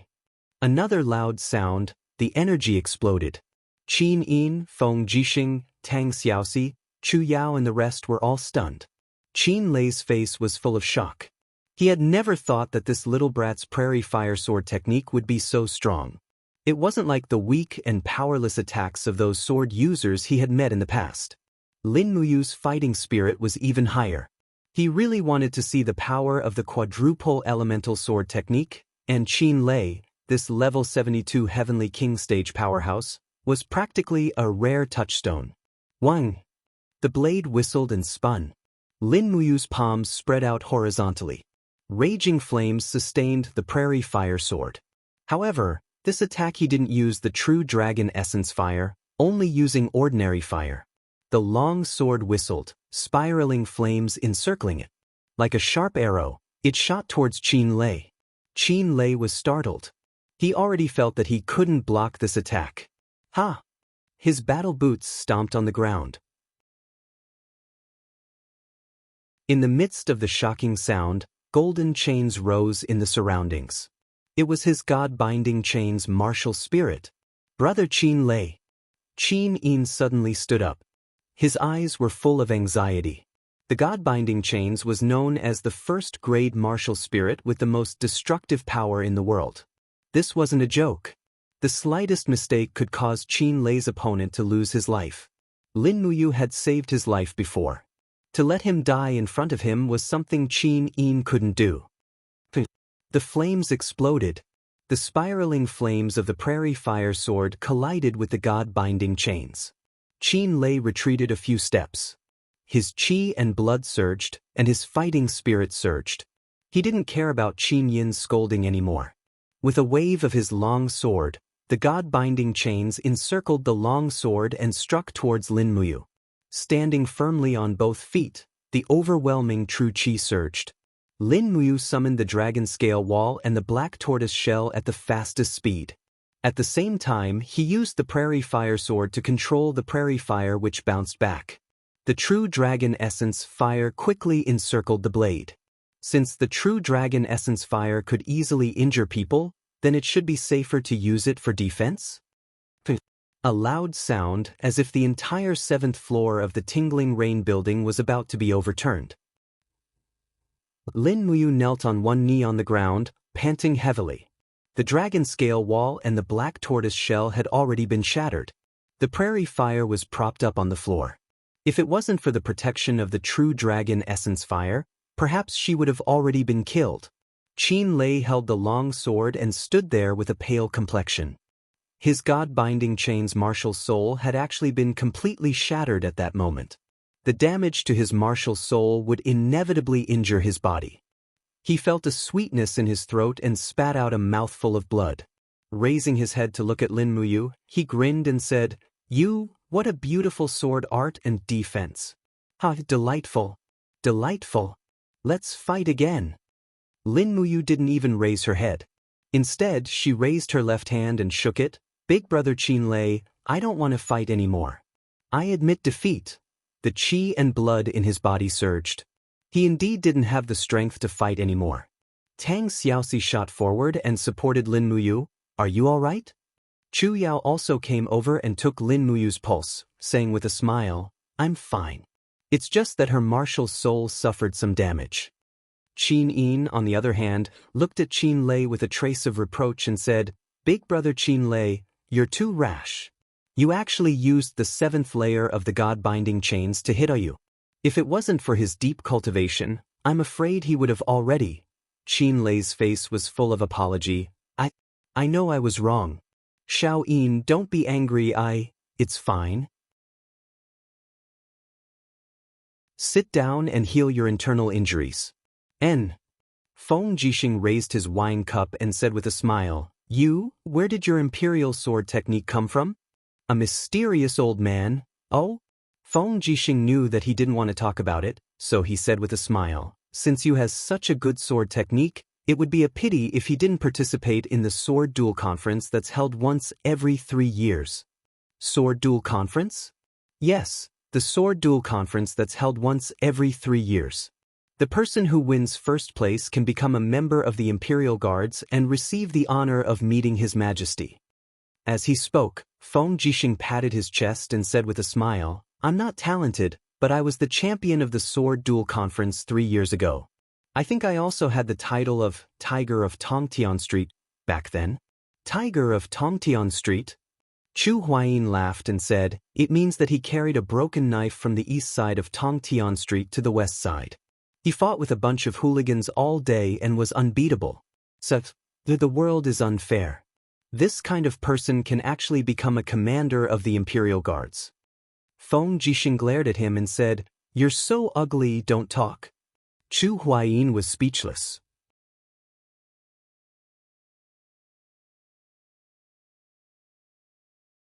Chapter 78. Qin Lei led more than 30 Imperial Guards to escort Qin Yin and Tang Xiaoxi back to the mansion. Feng Jixing was drunk, carrying his precious sword and leading his own warhorse. He turned over and leaned on the horse's back. He turned around to look at Lin Muyu and asked with a smile, You drank so much, can you still ride a horse?" Lin Muyu grabbed the reins and clamped the helmet under her armpit. She said with a smile, "I can. Brother Feng should be more worried about whether you can ride a horseback or not." Feng Jixing couldn't help but laugh. "This is not a problem. Lanyan City is my, Feng Jixing's, home. It doesn't matter if I get lost at home. Even if I am drunk, my brothers will find me and carry me back." Qin Lei burped. He was still carrying the wine jar in his hand and said, "Imperial Guards, get on the horse." The lantern light outside Tingyu building was extremely dim. Lin Muyu couldn't see the faces of Qin Yin and Tang Xiaoxi clearly. She only saw the two beautiful girls get on their respective horses.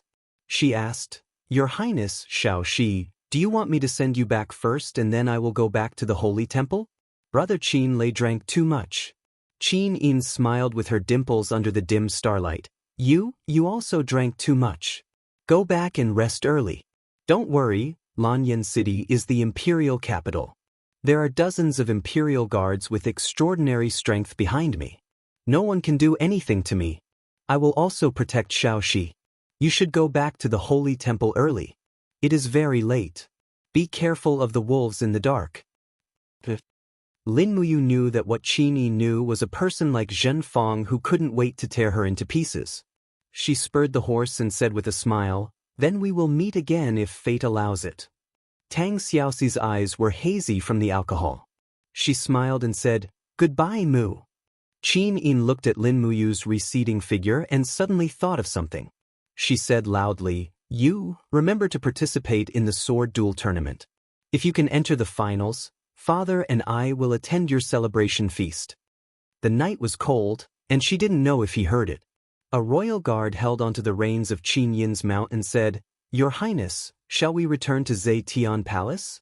That person has gone far away." Qin Yin looked into the distance with her starry eyes. She blinked and said with a smile, Let's send Xiaoxi back to the Duke of Seven Seas' residence first. Then, we'll return to Zetian Palace. Let's go." Lin Muyu and Chu Huayin sent Chu Yao back to the spiritual medicine department. Then, they turned and went straight to the Holy Palace. When the two guards in the Holy Palace saw his attire, they immediately saluted him with a solemn expression. "Lord Linji, you're back?" Lin Muyu nodded in acknowledgement and spurred her horse into the Holy Palace. After walking through the long corridor, just as they were about to go to the stables, a figure suddenly ran over. With the light from the torches, they could see the beard on his face. It was Zhang Wei. "Lord Zhang Wei, what's the matter?" Lin Muyu asked. Zhang Wei looked at the guards around them and said in a low voice, "Lord Lin Ji, there's something I have to tell you.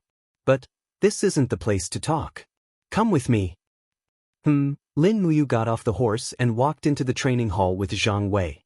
Then she asked, "Can you tell me now? What's the matter?" Zhang Wei gritted his teeth and said, "Brother, do you still remember little Beansprout?"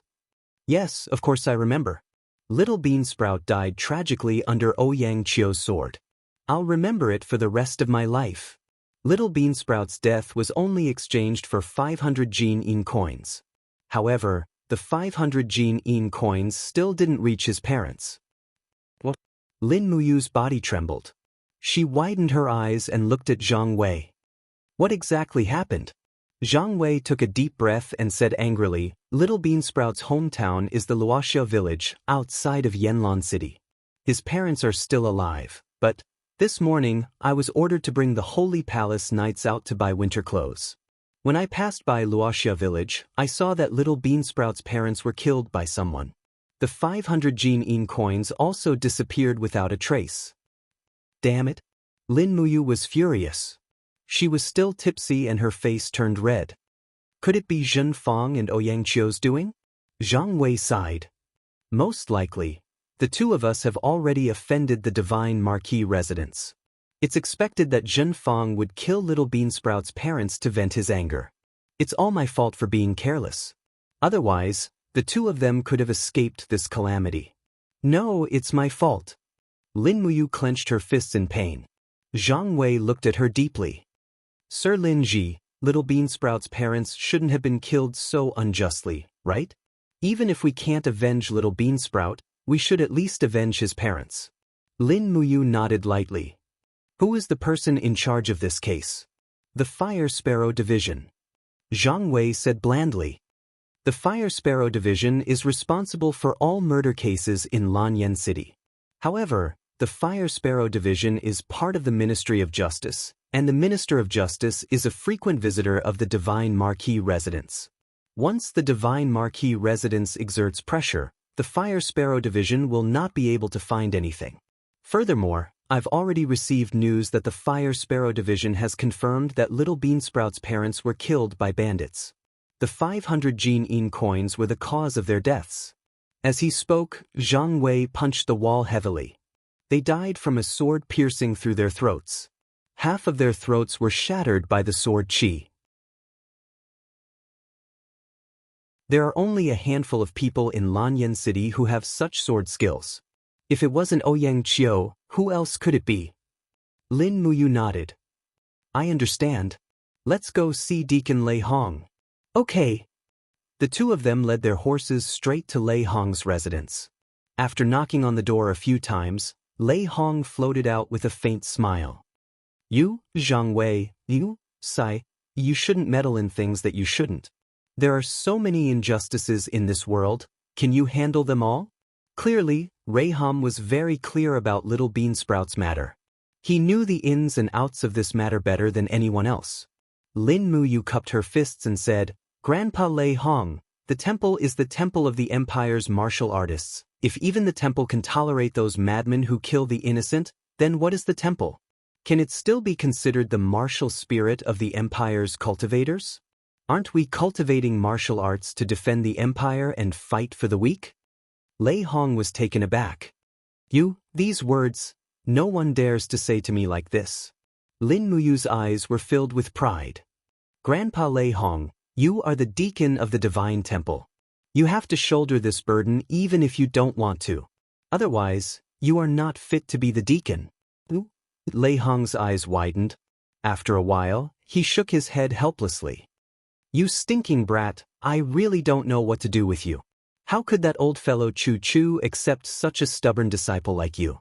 Fine, I still have to give face to Chu Chu. Go get the horses and follow me to the Fire Sparrow Division. Thank you, Grandpa Lei Hong. Zhang Wei was also overjoyed. He cupped his fists and said, Thank you, Deacon. The Empire's Fire Sparrow Division was located on the right side of the Ministry of Justice. The entire building was connected together, and the main hall of the Fire Sparrow Division was like a fire sparrow soaring through the 9 heavens. It had an awe-inspiring and lifelike appearance. Outside the main hall, 8 guards stood guard with swords in their hands. The torches at the side flickered and flickered. The sound of hooves grew louder as Lei Hong, Lin Muyu, and Zhang Wei stopped their horses in front of the main hall. For you, the guard shouted. Raham slowly lifted his cloak, revealing his aged face. So it's the temple's deacon. The group of guards knelt down. Lei Hong was not only the deacon, he was also one of the 6 white-robed royal guards of the empire. He had the right to have an audience with the emperor. Such an important person was not someone the guards could afford to offend. May I know why the deacon is visiting the Fire Sparrow Division so late at night? I want to see the Fire Sparrow Division's head Master Zhenggu. Master Zhenggu is already asleep. Please pass the message to him. Not long after, the guard returned and said, "Deacon, please come in." "Thank you." The guards led the group into the main hall of the Flamecracks division. The attendants lit up the lanterns, illuminating the hall.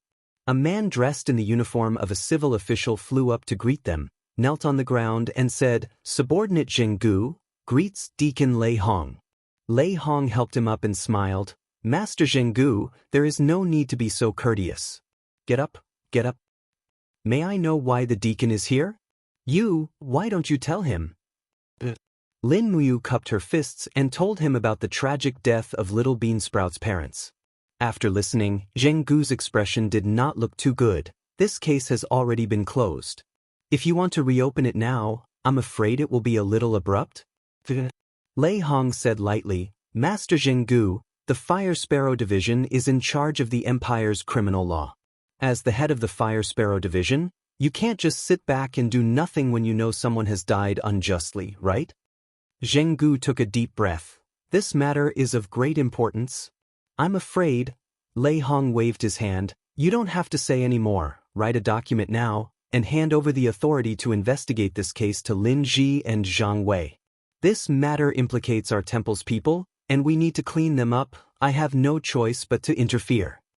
Zhenggu gritted his teeth and nodded. "Yes, but if the Divine Marquis Constabulary investigates..." Lei Hong smiled and patted him on the shoulder. "Don't worry, if the Divine Marquis Constabulary investigates, Lei Hong, will bear all responsibility." "Thank you, I will write it now." In the middle of the night, Lin Muyu and Zhang Wei rode on their horses, dressed in the Holy Temple's general robes, heading straight out of the city. The two of them did not speak. The only thing they wanted to do was to punish the evil, and not let Shenfang cover the Holy Temple and Lanyan City with one hand.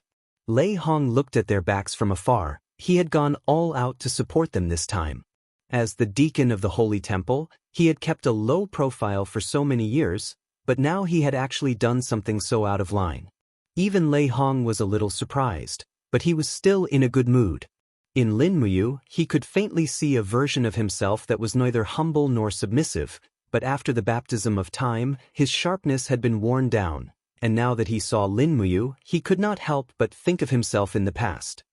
He sighed softly, but suddenly felt relieved.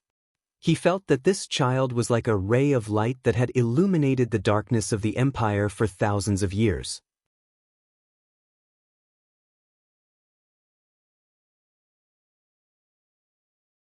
Chapter 79. It was a quiet night in Wuxia village. The villagers were all asleep, and the sound of the horses' hooves did not wake them up. Lin Muyu and Zhang Wei went straight to the Firefinch division in the northwest of Wuxia village. Rather than calling it a division, it was more like a small courtyard. 2 officials were supervising the village, and the bodies of Little Beansprout's parents were kept here. "Who is it?" One of the officials opened the door in a drunken stupor and saw Lin Muyu and Zhang Wei in full armor. Both of them had the Holy Cathedral's gold and silver star badges on their necks. The official paused for a moment, and then respectfully said, "So it's the Lord of the Holy Cathedral. May I ask, why are you visiting the Firefinch division in the middle of the night?" Lin Muyu nodded, and took out a document for him to read. "Where are the bodies of Little Beansprout's parents? Can we bring them back?" "Yes." When they saw the bodies, Lin Muyu and Zhang Wei's hearts clenched. The 2 elders' heads were crooked to one side, and there was a shocking hole in their necks. Their bones and flesh had all been crushed, so their heads could no longer be connected to their bodies. This is indeed Xianxia's method of killing. Zhang Wei silently covered the bodies with a white cloth. Xianxia is an expert in using his dou qi to shatter his opponent's body.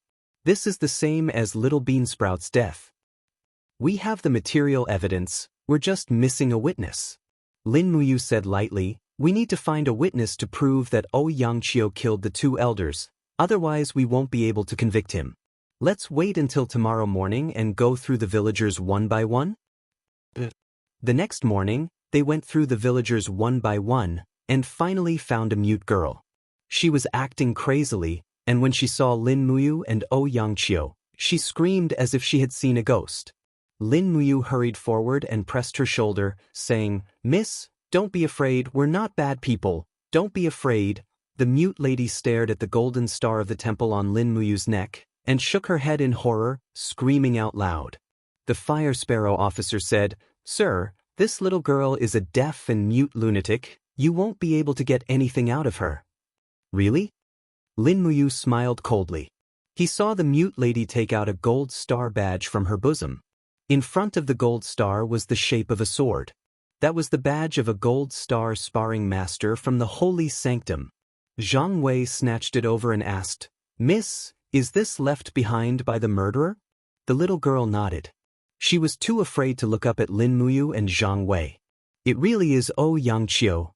Zhang Wei flipped the badge over and said, Lin Ji, look, Xianxia's name is engraved on the back. This is indeed unintentionally left behind by Xianxia. This bastard really killed Little Bean Sprout's parents with his own hands. Lin Muyu gritted her teeth. Send Little Bean Sprout's parents back to Lanyan City, and bring this girl along. Xianxia is dead meat. At noon, they arrived at the holy sanctum and handed over all the evidence to Deacon Guyang. The morning training had just ended, and the group of instructors and sparring masters were about to leave when they were gathered together again. Among them, Zhen Fang and Xianxia were present. Lei Hong looked at them coldly and said, Instructors who killed sparring masters by mistake do not have to pay with their lives, but, if they intentionally killed multiple people, shouldn't they be punished according to the law? Great Deacon, what do you mean by this? Zhen Fang asked. Lei Hong's voice was not angry, but it was imposing. Xianxia kneel. Xianxia was startled and immediately knelt down, saying, Great Deacon, what have I done wrong? Lin Muyu took out a gold star badge and showed it to Xianxia, saying, When you killed Little Bean Sprout's parents, you left this in the bushes. What? Xianxia's face paled. Lin Ji, don't slander me. Lei Hong said indifferently, Fire Sparrow Division's people will be here soon, this matter will be resolved. Xianxia, don't be nervous, if you really killed them on purpose, I will definitely clean up the sect. With the power of the holy sanctum, even if you didn't kill them, I will not accuse you. Lin Ji, you bastard, you just want to kill me, don't you? Xianxia's eyes were filled with anger. Lin Muyu did not speak, only looking at him coldly. Zhen Fang stared coldly at Lin Muyu and Zhang Wei, and couldn't help but sneer, Lin Ji, Lord Zhang Wei, you guys are so impressive, you even dared to snatch Fire Sparrow C's job. Our divine temple is indeed full of heroes. In order to kill one of our own, you guys are willing to resort to such underhanded means. Xianxia is from the Divine Marquis Constabulary, I want to see what Fire Sparrow C can do to him. Lei Hong said coldly, Little Marquis, always leave some leeway, don't push things too far. Zhen Fang raised his eyebrows, Lei Hong, don't think that I'm afraid of you just because you're white-robed Imperial Forest. If you dare touch Xianxia, go ahead and try, I will make you suffer. Is that so? Then let's wait and see. Lei Hong smiled lightly. Not long after, Fire Sparrow Division sent more than 10 people, including Zheng Gu himself. In a short span of 10 minutes, all the evidence and witnesses were present. Zheng Gu said lightly, according to the law, Xianxia should be executed immediately. Xianxia's body trembled. He quickly turned to Zhen Fang, Little Marquis, save me. Zhen Fang stepped forward, took out a golden token and said, Wait, Xianxia is from the Divine Marquis Palace. He is a noble. I will use the Divine Marquis Palace's golden token to protect his life. No one can kill Xianxia. Zheng Gu was stunned. He looked at Lei Hong awkwardly. Lei Hong stroked his beard and smiled. The Divine Marquis Palace's golden token will protect his life. There is no problem. But the holy sanctum also has its own rules. Xianxia killed someone, he should accept the challenge trial. Little Marquis, what do you think? I will be the witness. Trial? Zhen Fang was stunned. The so-called challenge trial was a type of duel, a battle to determine life and death. After a noble killed someone, the relatives and friends of the victim could challenge the killer once, and they would not be held accountable. This was an unwritten rule, and it was very popular in the Qin Empire where martial arts were the norm. Xianxia seemed to see hope. He laughed coldly. Little Beansprout is already dead. Who can challenge him on his behalf? In the entire holy sanctum, Xianxia's swordsmanship cultivation could be counted on one hand. There were not many people who could defeat him in a one-on-one fight, and Little Beansprout was a copper star sparring master. He only had a few close friends, and none of them were a match for Xianxia. At this time, Lin Muyu slowly took a step forward and said, "If there is really a challenge, then let me challenge Lord Xianxia. Little Beansprout is my friend, and today, I will reclaim the dignity of the holy sanctum's sparring masters." Lin Ji. Xianxia couldn't help but sneer. "You're just a third-tier Earth Realm sparring partner. You've made a name for yourself in the Holy Palace. Do you really think you can defeat me?" Lin Muyu smiled calmly. "We will know after the battle." Xianxia's eyes revealed a trace of coldness. "If you lose, I will not hesitate to tear your heart into pieces, dig it out, and feed it to the dogs. I, Xianxia, am a man of my words." Lin Muyu smiled faintly. "I will also kill you as a sacrifice to Little Beansprout's parents, or else I am not worthy of being his friend." Lei Hong smiled faintly. 10 minutes later, the duel will take place in the main hall. Lord Jinggu and I will be the witnesses. Jinggu nodded happily. "I am willing to listen to your orders." "Lin Ji, you are crazy." Qin Xiling gritted his teeth and said in a low voice, "Xianxia's imperial sword technique has already reached perfection. Although your defense is strong, you are definitely not his match. Also, Xianxia really wants to kill this time. If you lose, he will kill you. The rules of the trial state that no one can interfere, even if the head deacon wants to save you." "Don't worry, Xiling."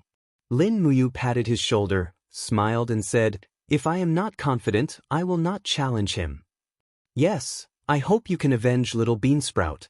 The surrounding sparring masters were indignant after knowing the truth. Little Beansprout's situation was exactly the same as theirs. The strong preying on the weak made them feel fear. One after another, they all cheered for Lin Muyu. "Lin Ji, do your best to defeat him. Kill Xianxia, this scum of the instructors. Lin Ji, fight for the honor of us sparring partners. Don't lose, Lin Ji." Unknowingly, it seemed that Lin Muyu had already become the hope and soul of the temple's sparring masters. Lei Hong watched from the side and was secretly gratified. Temple needed this kind of hope. If the instructors and sparring masters were always one-sided, then Temple would never prosper.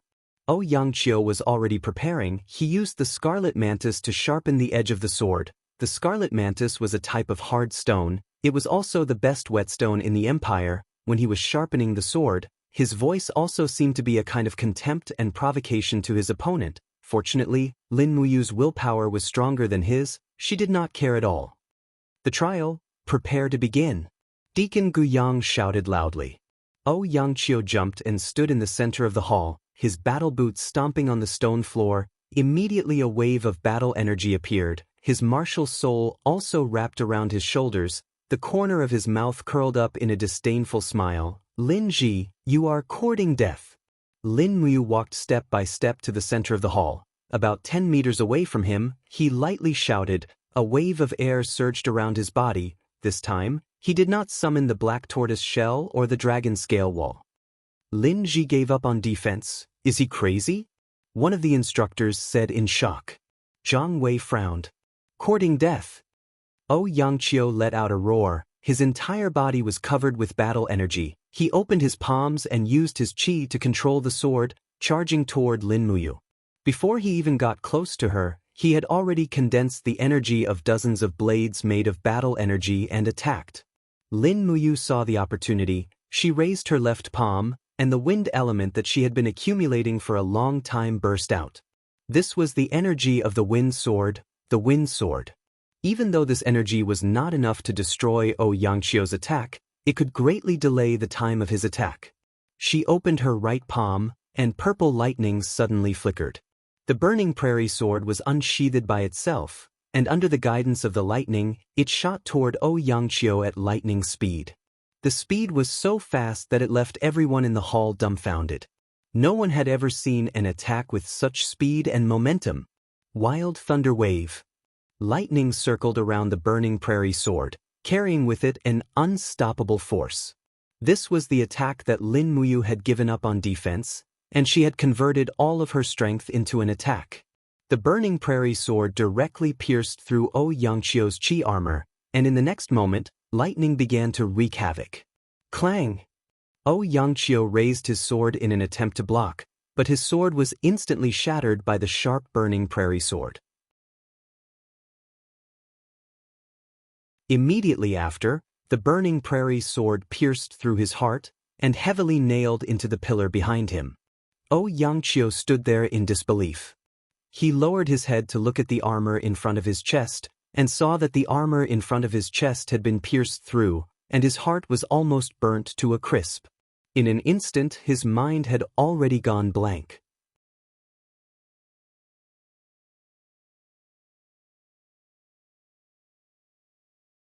Chapter 80. Peng! A speck of dust flew up, and Xianxia's heavy armor fell heavily to the ground. His eyes were blank, and his breathing had stopped at this moment. The hall was dead silent, and everyone stood there with their mouths agape. Even the sound of a needle falling to the ground could be heard. Including Lei Hong, no one could have guessed this result. The Gold Star instructor, Xianxia, was killed by Lin Muyu in a single move. How? How is this possible? Guiyang rubbed his eyes and said, Xianxia? He was the #1 swordsman of the sacred sanctum. How could he be killed by Lin Ji in a single move? Zhen Fang's eyes widened, and his body trembled. He did not dare to believe the truth in front of him, but Xianxia was still lying there, and his defeat was a fact. In fact, the biggest reason why Xianxia was defeated in a single move was because he had underestimated Lin Muyu. He did not expect Lin Muyu to also have grasped the Imperial Sword technique, and he did not expect that the kid's Imperial Sword technique would be so fast. Sha. Zhang Wei strode forward with steady steps and pulled out the dagger from his waist. He knelt down on one knee in front of Xianxia's corpse and grabbed his hair. Then he used the dagger to slowly slice his neck. Zhang Wei, what are you doing? Zhen Fang shouted angrily. Zhang Wei did not stop, and in a few seconds, he had already cut off Xianxia's head. He held it in his hand and laughed. He was just a sinner who died because of a trial, and I want to use his head to pay homage to Little Bean Sprout and his parents. But don't you think this is what you should do? Zhen Fang's face contorted, and his face was full of anger. Zhang Wei, you really have the guts to eat a bear's heart and a leopard's heart. Zhang Wei was originally full of guts, and he smiled slightly. I only did what I had to do. Lord Lin Ji, you won beautifully. Lin Ji stood there silently. He hadn't killed anyone for a long time, but he couldn't suppress his killing intent at that moment. If he didn't kill Xianxia today, he would be letting down his true self. Lei Hong, who was standing at the side, smiled faintly and raised his voice. There is no need to quarrel. The verdict is out. Lin Ji is the winner. Xianxia is a Gold Star instructor of the Holy Sanctum, yet he intentionally killed someone. His death cannot wipe out his crimes. Today, Xianxia will be stripped of all his titles and salary. He will be removed from the Holy Sanctum. We should all take him as a warning, not to kill the innocent, not to be cruel and ruthless. The group of instructors and sparring partners cupped their fists. Yes, Grand Deacon. Raham smiled and said, Men, bury Xianxia's body with the etiquette of a commoner. Everyone is dismissed. After lunch, afternoon training will continue as usual. Lin Ji, you stay behind. Yes. The group dispersed. Only Lin Muyu remained in the hall, asking, Grandpa Raham, what's the matter? Raham sighed. Even though you are talented, you are too reckless. Your actions today have completely offended the Divine Marquis residents. I'm afraid that your future days will not be good. The Divine Marquis residence has many claws and teeth in Lanyan City. I'm afraid that if you continue like this, you will definitely suffer at their hands. How about this? Raham thought for a moment, then said, from today onwards, you will continue to train in the secret chamber. Other than the daily sparring partners, do not take a single step out of the holy sanctum. I will strengthen the security of the holy sanctum. At least we will not allow anyone to easily sneak into the holy sanctum. Lin Muyu knew that this was Raham's way of protecting her, and that she really didn't know the depth of the Divine Marquis residence, so she cupped her fists and said, yes, I will follow Grandpa Raham's arrangements. And that's good. Raham was slightly gratified, even though this kid's actions were always unexpected, but to be able to listen to his advice was already not bad. That night, in the brightly lit Divine Marquis residence. Bang! The teacup on the table bounced a few times, spilling tea all over the table, and the aroma of tea wafted through the air. Zheng Yifan, the Divine Marquis of the Empire, was known as the God of War, but the current Zheng Yifan no longer had the elegance of his youth. His thin face was covered with the traces of time, only the light in his eyes remained the same. He clenched his fists and said in a low voice, this is simply ridiculous. Killing people in the holy sanctum is one thing, but they actually dared to kill people in Luoxia village. Ouyang Qiu deserved his death. Zheng Fang had not seen his father so angry for many years. He knelt on the ground, trembling, and said, Father, but Ouyang Qiu was a guest of the Divine Marquis residence. No matter what, we can't let him die like this. What else can we do? Zheng Yifan's deep gaze fell on Zheng Fang. There was a hint of coldness in his eyes. You disappoint me. Why did I send you into the holy sanctum? It was because I hoped that you would be able to cultivate peerless martial arts and extraordinary loyalty, but you only learned some lowly tricks in the holy sanctum. Don't say any more, otherwise I'll send you to the ascetic tower for 3 years. Zheng Fang's face was ashen. He was so scared that he could not speak. At this moment, a beautiful young girl carrying a tea tray slowly walked forward. She was dressed in clothes whiter than snow and had a face as beautiful as jade. She put down the tray and massaged Zheng Yifan's shoulders. She smiled and said, Father, don't be angry at little brother. He's just young and impetuous. If you really lock him up in the ascetic pagoda, I'm afraid he'll become an ignorant piece of trash when he comes out in 3 years. The anger on Zheng Yifan's face subsided a little. He said, Xianxia, you spoil your younger brother too much. Look at him. Where does he look like the young master of the Divine Marquis residence? He only knows how to befriend useless people all day long. This girl was Zheng Yifan's daughter, Xianxia, Zheng Fang's older sister. Xianxia smiled and said, Father, let's forget about this matter. Ouyang Qiu was the one who killed first. It was indeed his fault, and he died during the trial challenge. It has nothing to do with anyone else. Zheng Yifan nodded. Yes, I know, Xianxia. Go and rest first. I'll think about it carefully. Yes, sir. Xianxia turned and left. After sensing that Xianxia had gone far away, Zheng Yifan's eyes lit up. He said, that brat named Lin Muyu killed Ouyang Qiu. This is no different from provoking the Divine Marquis residence. Lei Hong was so protective of Lin Muyu. Isn't he looking down on the Divine Marquis residence? Since that old thing Lei Hong is not afraid of the Divine Marquis residence, then don't blame me for being rude. As he spoke, Zheng Yifan took a deep breath. After breathing in and out True Yuan, he smiled faintly. Elder Tsang, I'm afraid you'll need to personally come out this time. Divine Marquis, I'll do my best.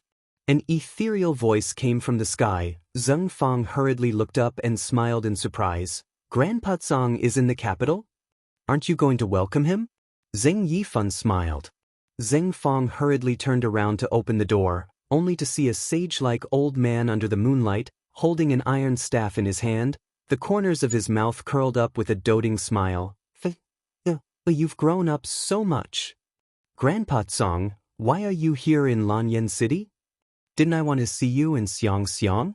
The old man stepped into the hall, and an invisible force of the sanctuary rippled with every step he took. Zheng Yifan smiled. Congratulations, Elder Tsang, you finally entered the sanctuary. The old man looked up with a smile. Greetings, Divine Marquis. No need to be so polite, take a seat. Yes. Song Baihe, one of the few experts in the empire, was once a guest of the divine marquis residence. He followed Zheng Yifan to conquer the north and the south, but he went into hiding when the Radiant King was rewarding the officials. Now that he had reappeared in Lanyan City, he would surely bring about a bloodbath. Elder Song, you should know about the divine temple openly provoking the divine marquis residence, right? Zheng Yifan said casually as he personally brewed tea. Song Baihe nodded. I've heard a little, but the divine temple is not easy to deal with. Although many of the experts have retired, Lei Hong is still around. Although the divine marquis residence has many talents, they might not be able to gain the upper hand in a direct confrontation with Lei Hong. After all, other than Lei Hong, there are still Guyang and a bunch of old guys with a cultivation of heaven state. I think the divine marquis would not want to fight Lei Hong directly, right? Zheng Yifan could not help but smile. The one who knows me best, Song Baihe. As he said this, a glint flashed across his eyes. Lei Hong ordered Lin Muyu to kill Ouyang Qiu. He is using a borrowed knife to kill him. If he can make a move, then so can we. Lin Muyu and Zhang Wei are both Lei Hong's trusted aides. Within 3 days, I want to see both of them crippled. Song Baihe smiled, his eyes flashing with killing intent. 2 days passed in the blink of an eye. Lin Muyu had been staying in the divine temple to cultivate. She had become more proficient in the 4 elemental sword kinesis, and at the same time, she was also cultivating the forging dragon bone remnant scroll. The more she cultivated, the more she could feel the wonders of the forging dragon bone remnant scroll. Every 2 days, Lin Muyu could circulate the mental cultivation method of the forging dragon bone remnant scroll 72 times, after which she could feel the increase in her strength. However, Lin Muyu was cultivating in secret. She did not know that danger was approaching. Late at night, the Tong Tian Street's Tavern Street was dark. Big girl, chest trembling, swaying to the left, swaying to the right, making my heart sway. A messy and vulgar song came out of the drunken Zhang Wei's mouth. He held the railing with one hand and a wine pot with the other as he walked out of the tavern. He was drunk again today. In fact, this was also Zhang Wei's daily life. Zhang Wei loved alcohol as much as his life. It was his biggest weakness. There were not many people on the street. Suddenly, a murderous intent shrouded down from the sky. Who? Zhang Wei quickly sobered up from the shock, and with a shout, he finished the blessing of his martial soul. His body was covered in raging flames, and his fists danced in the air. Fists surrounded by flames exploded in the air, and he roared, "Get out here!" Zhang Wei's unique skill, Fiery Soul Fist. A loud laugh came from the sky. Zhang Wei's Fiery Soul Fist, it really has some of the style of Xiang Wen's Fiery Fist, but the level of fire is too far off. Kneel for me. A powerful invisible domain power descended, and the bricks of the city collapsed. Zhang Wei's fists immediately cracked, and his knees involuntarily knelt down. In the face of absolute power, he did not even have the chance to punch. Looking up, an old man appeared in front of him, but he did not recognize him. "Who are you?" "I'm crippling your man." The person suddenly appeared behind Zhang Wei in a flash, and a sharp sword was unsheathed. In the middle of the night, a miserable howl echoed on Tong Tian Street.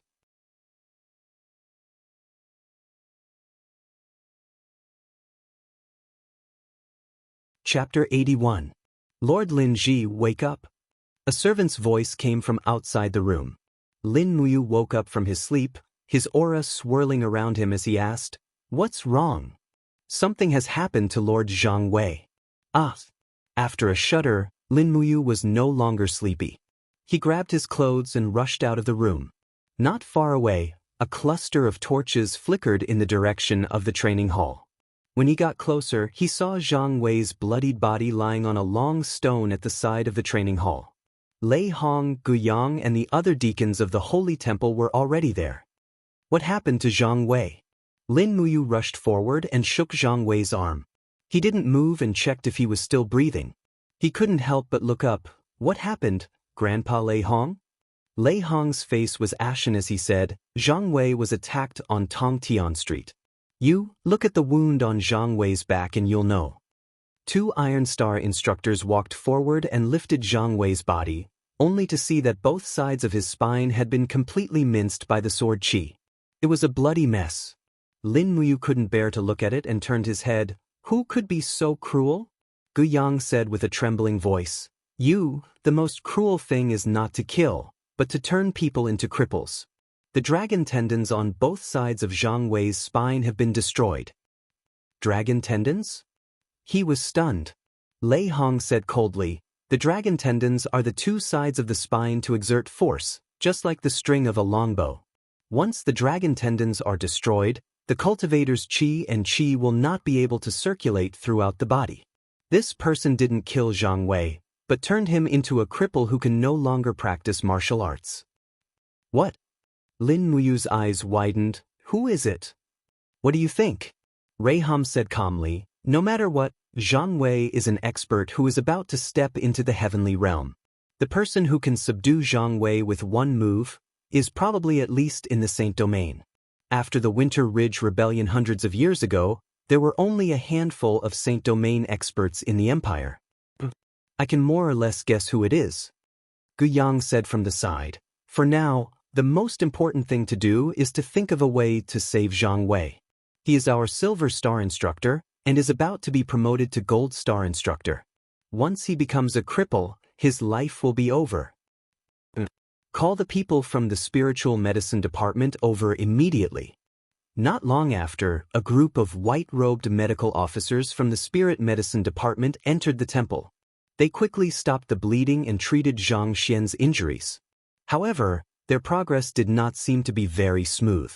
When the sun rose, the attendant of the spirit medicine department looked at Reiham apologetically and said, Lord Reiham, Zhang Wei's injuries are too severe. His dragon tendons have been completely shattered and cannot be healed. He can no longer practice martial arts.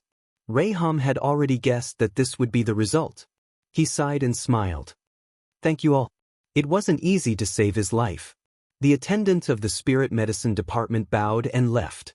At this time, Zhang Wei woke up.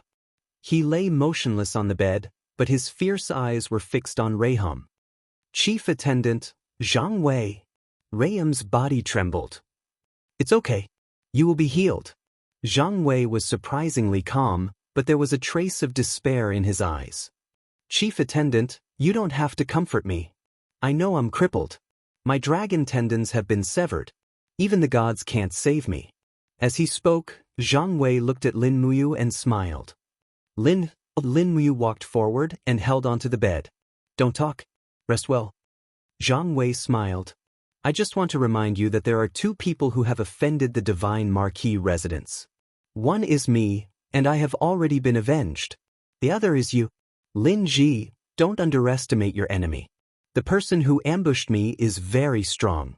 I'm afraid his strength is comparable to chief attendant's. You must be careful. I, Zhang Wei, have a worthless life. Lin Muyu's voice was calm and determined. I can heal you. You, don't joke around. Reiham said. The dragon tendons are the foundation of a cultivator. Once they are severed, even the gods can't save you. Moreover, Zhang Wei's dragon tendons were not severed, but crushed. No, Grandpa Reiham, you must believe me. Lin Muyu's eyes were very clear. Zhang Wei, you must believe me too. Don't give up. I will definitely heal your dragon tendons and restore them to their original state. Zhang Wei did not know what he was thinking. He nodded and smiled. Then I'll have to trouble Master Lin Ji. Outside the door, Reiham said with some reproach. Even if you want to comfort Zhang Wei, you don't have to lie, right?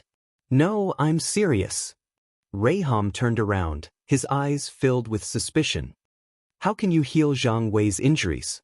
Grandpa Reiham, have you heard of a medicine called tendon replenishing powder? Lin Muyu asked seriously. Lei Hong was immediately startled. Gu Yang, who was standing to the side, stroked his beard and said, I've heard of a book in the Zetian Hall's library. There's a level 10 medicine called the muscle replenishing powder that can regenerate muscles and bones, but this is only a legend. There hasn't been an alchemy god on this continent for hundreds of years, so who would have the ability to refine the muscle replenishing powder? Lin Muyu did not say much. Then give me some time. Yes. Ray Hum nodded. I'll allow you half a month's leave. Is that okay? Thank you, Grandpa Ray Hum. Go. He led a sturdy warhorse from the temple stable and galloped toward the trading center of Lanyan City. At the same time, he tried his best to recall the recipe for the tendon replenishing powder. Dragon tendon vine and luminous nightgrass were 2 level 10 medicinal herbs that were very rare. He would try his luck at the Empire's medicine shop. As he galloped, he called out, "Lulu!" The beautiful elven official flew out. She was still wearing a green dress that was as thin as a cicada's wings in the cold autumn weather. She smiled and said, "Brother, what's the matter? Did you see dragon tendon vine and luminous nightgrass when you were drawing the map in the dragon-seeking forest? If you did, mark them on the map for me, okay?" Lin Muyu said urgently. Lulu sat on his shoulder and shook her head. "I haven't seen them. They're too rare. Also, Lulu's spiritual energy isn't enough to fly too far." "Okay, I'll go ask myself." Not long after, Lin Muyu arrived at the Imperial Merchant Firm and immediately went to find Third Fatty Jean. Third Fatty Jean immediately beamed when he saw Lin Muyu. "Master, are you going to buy some 7-colored lotuses again? I've already prepared them for you." "No need." Lin Muyu shook her head and asked, "Boss Jean, do you have dragon tendon vine and luminous nightgrass for sale?" Third Fatty Jean was stunned. "They're both level 10 medicinal herbs?" "Yes. Do you have them?" Third Fatty Jean said awkwardly, "Although there are all sorts of medicinal herbs in the Imperial Trading Center, we don't have the 2 that you want. It's said that dragon tendon vine only grows in the gaps in the spine of a dragon, and its fertilizer is dragon tendon. Luminous nightgrass is no different from other weeds. The only thing special about it is that it can emit light at night. We don't have either." "Then, thank you." Lin Muyu felt a little lonely. She thought of Zhang Wei's miserable appearance. In a sense, Zhang Wei ended up like this because of her. Even if she had to do everything she could, she had to heal his crippled body. This was what a man should do. When he saw Lin Muyu's disappointed expression, Third Fatty Jean smiled. "I heard that the Duke of Seven Seas' residence has many precious medicinal herbs. Many of them were collected by Duke Kanglin's people. Master, you can try your luck at the Duke of Seven Seas' residence. If you really can't find them, with your status as the Divine Palace's Golden Star, you should be able to go to the Zetian Palace's Medicine Pavilion. You might be able to find them." "Thank you." Lin Muyu nodded, turned around and left the medicine shop. In less than 10 minutes, the warhorse stopped in front of the Duke of Seven Seas' residence. Lin Muyu dismounted and carried the burning prairie sword on her back. She cupped her fists at the guards and said, "Divine Palace's Lin Ji requests an audience with Princess Shi. Please help me pass the message." One of the guards nodded respectfully and returned not long after entering the residence. He performed an Empire's military salute and said, "Lord Lin Ji, the princess invites you in. She's waiting for you in the front hall." "Thank you." The Duke of Seven Seas' residence was like a large garden. It made Lin Muyu feel like he was entering a tiger hill. There were guards all along the way, as if to show off the strength of the Seven Seas City's army. The front hall was not far away. When he arrived, Tang Xiaoxi had already walked out in a beautiful red and white dress. Her little boots stepped on the red maple leaves on the ground. She smiled and said, "Mu, you finally saw me?" Looking at Tang Xiaoxi's happy and beautiful face, he was a little embarrassed. He scratched his head and said, "Xiaoxi, I actually came here with a request." "Humph, I knew it." "Say it, what's the matter?" Tang Xiaoxi was not unhappy at all. "I heard that the Duke of Seven Seas' residence has stored many precious medicinal herbs. I especially need 2 kinds of medicinal herbs now. I wonder if Xiaoxi can help," he said very awkwardly. Tang Xiaoxi blinked her beautiful eyes and said, Actually, I'm not very clear about the classification of the medicinal herbs in the residence. But since you need them, let's go and take a look. Tang Xiaoxi reached out and pulled him into the depths of the residence. They found the official in charge of safekeeping in the medicinal herb storehouse.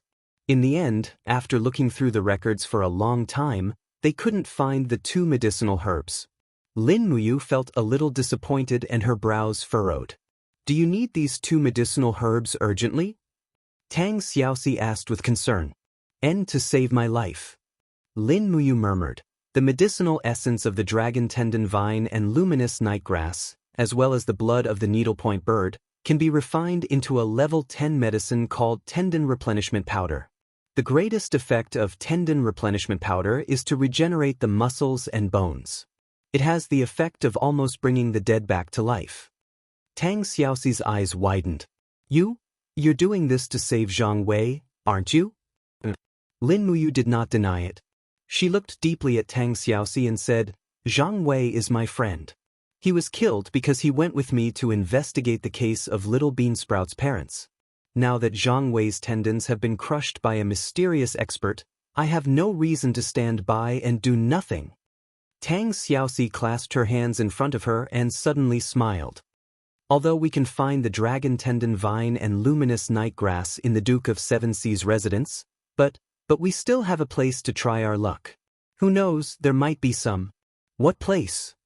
The medicine pavilion of Zetian Palace. Tang Xiaoxi was smiling brightly in the slight autumn wind, and the bow knot on her hair was like a fiery red butterfly.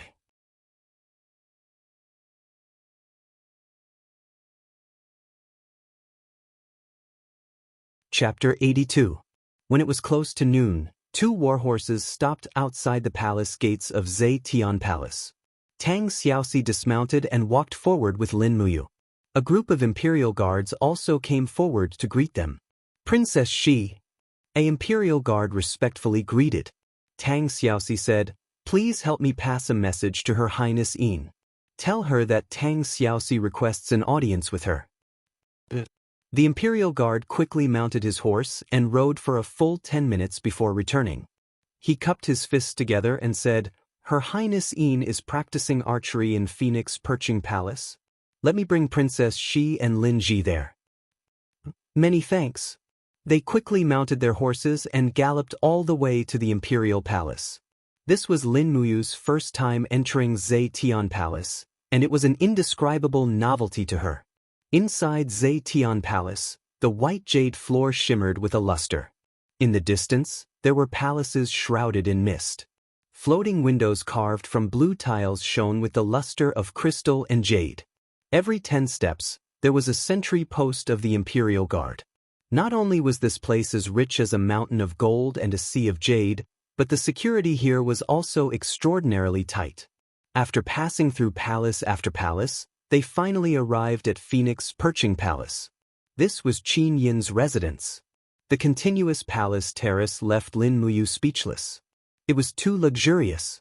She lived in such a large house by herself.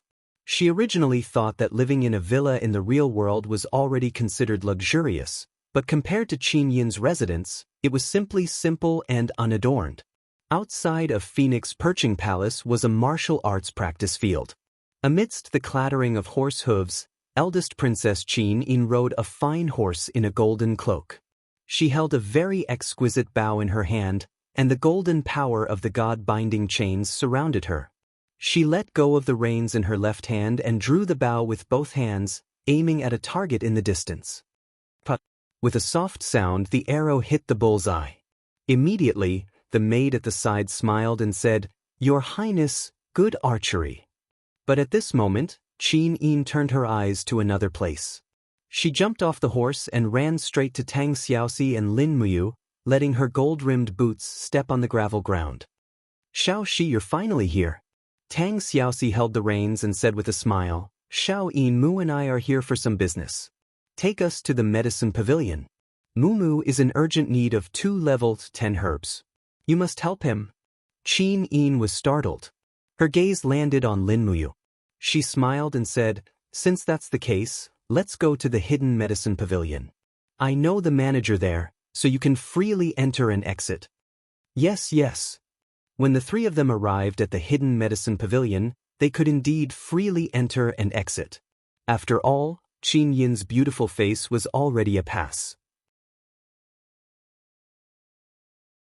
She was the beloved daughter of the radiant prince, Qin Jin.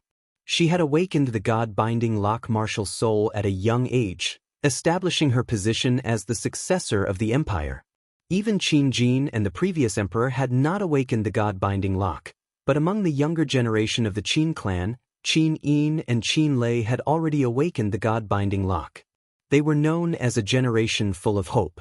But unfortunately, the three of them almost went through the hidden medicine pavilion's name list, but they still could not find the dragon tendon vine and luminous night grass. At this time, the manager at the side said carefully, "Your Highness, these two herbs have disappeared for many years. They are not in the hidden medicine pavilion either." This humble servant heard that there is a place in the depths of the dragon-seeking forest called the Dragon's Tomb. That is the burial ground of the dragon clan. If we can find the dragon's tomb, I'm afraid we can get as many dragon tendon vines as we want. It's just that the depths of the dragon-seeking forest are too dangerous, so the alchemists are unable to reach there. Is that so?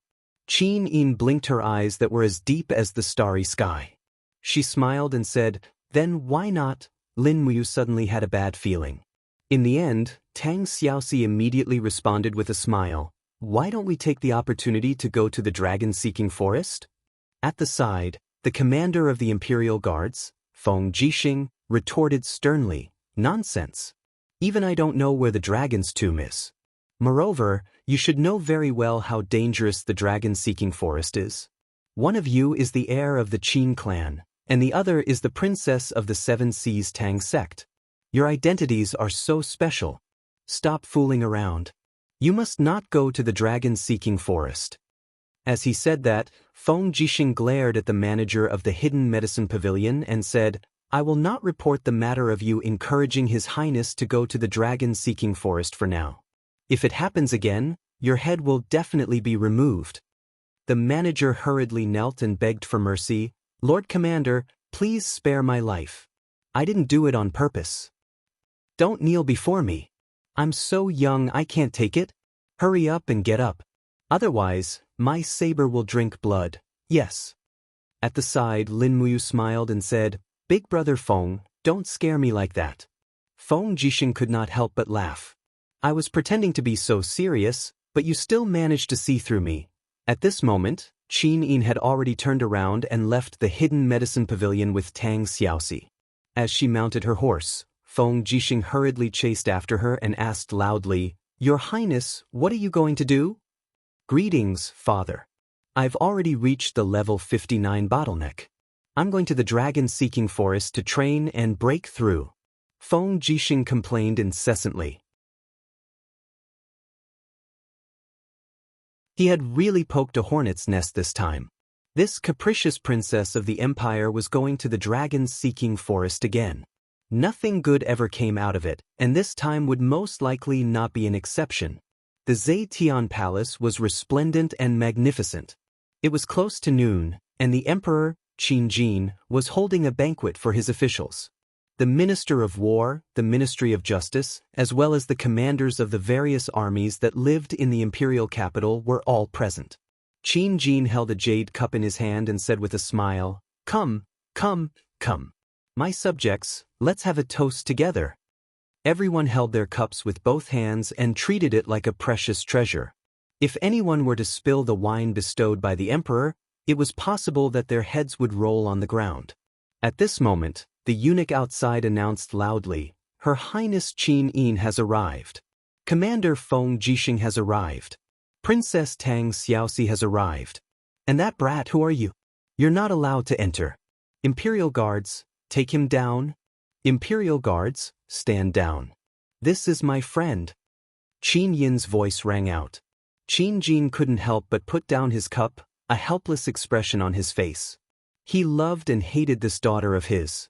He loved her excellence and beauty, and hated her willfulness and unruliness. However, perhaps love was 99%, and hatred was only 1%. This was the feelings a father had for his daughter. He raised his head and said, "Let them in. Men, prepare a seat for Her Highness Yin." Qin Yin had already entered the palace wearing the cloak of the Qin clan. She smiled and said, "Imperial father." The clear and sweet voice immediately made Qin Jin lose the mood to even be angry. She said in an amused and annoyed tone, "Xiao Yin, what's wrong with you now? You're already a 20-year-old lady. Shouldn't you learn to be more dignified? You're the heir of the clan.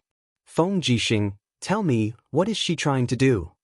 Feng Jixing cupped his fists and said respectfully, "Your Majesty, Her Highness, she said that she wants to enter the dragon-seeking forest again to train and seek to break through to the heaven realm.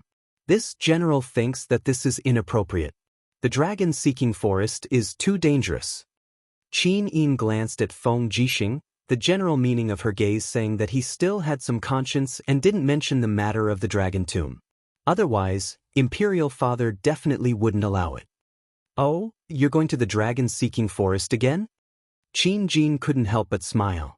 "It hasn't been too long since we went to the dragon-seeking forest. Xiao Yin, why do you want to go again?" Qin Yin pouted and raised her palm. A golden chain coiled around her graceful body like a real dragon.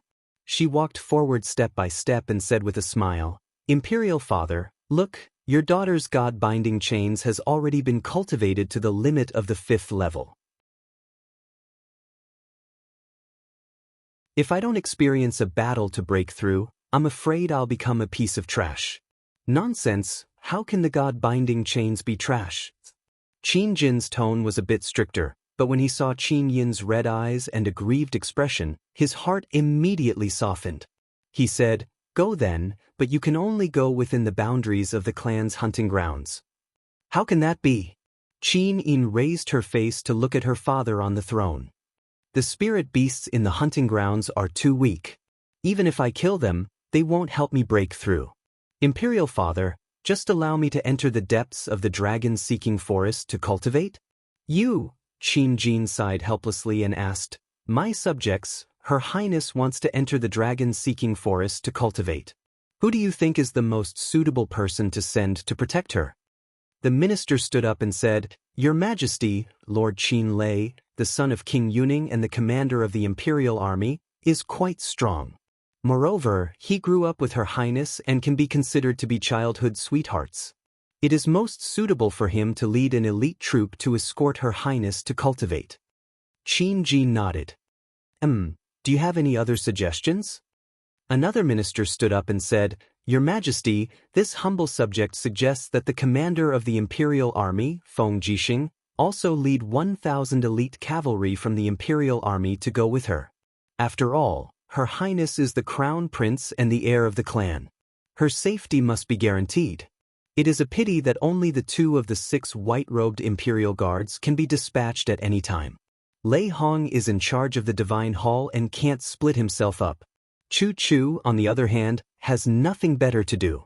Otherwise, it would be best for Lord Chu Chu to escort Her Highness."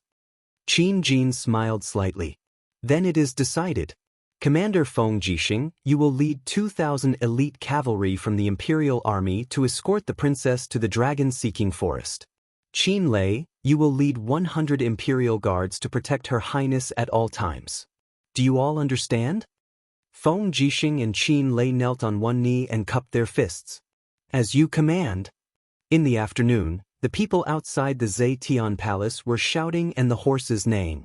A total of over 2,000 troops set out together, heading straight for the dragon-seeking forest. Qin Yin was filled with helplessness.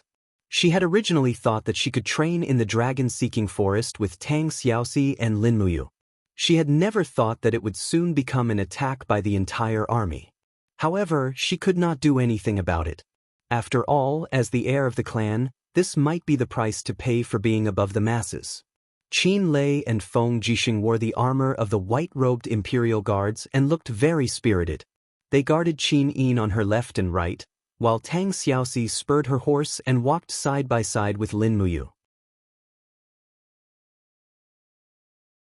In front of them, a group of light cavalry acted as sentries and left the city in a grandiose manner. Even Lin Muyu did not have the time to return to the Divine Hall to pack her luggage. However, as long as she had the Burning Prairie sword, she would not need anything else. After sunset, they entered the dragon-seeking forest. As they were still at the periphery of the dragon-seeking forest, everyone was more relaxed. However, the night sky was filled with stars, and the sounds of the insects coming from the forest made them feel more relaxed and happy. Next to the white tent, Lin Muyu carried the Burning Prairie sword and stepped into the bushes. She looked around but did not see any luminous herbs. It was impossible for there to be luminous night grass at such a close distance to Lanyan City. You're tuning in to the Journey of the Soul YouTube channel. Don't forget to subscribe and join us on this journey to catch the most captivating stories.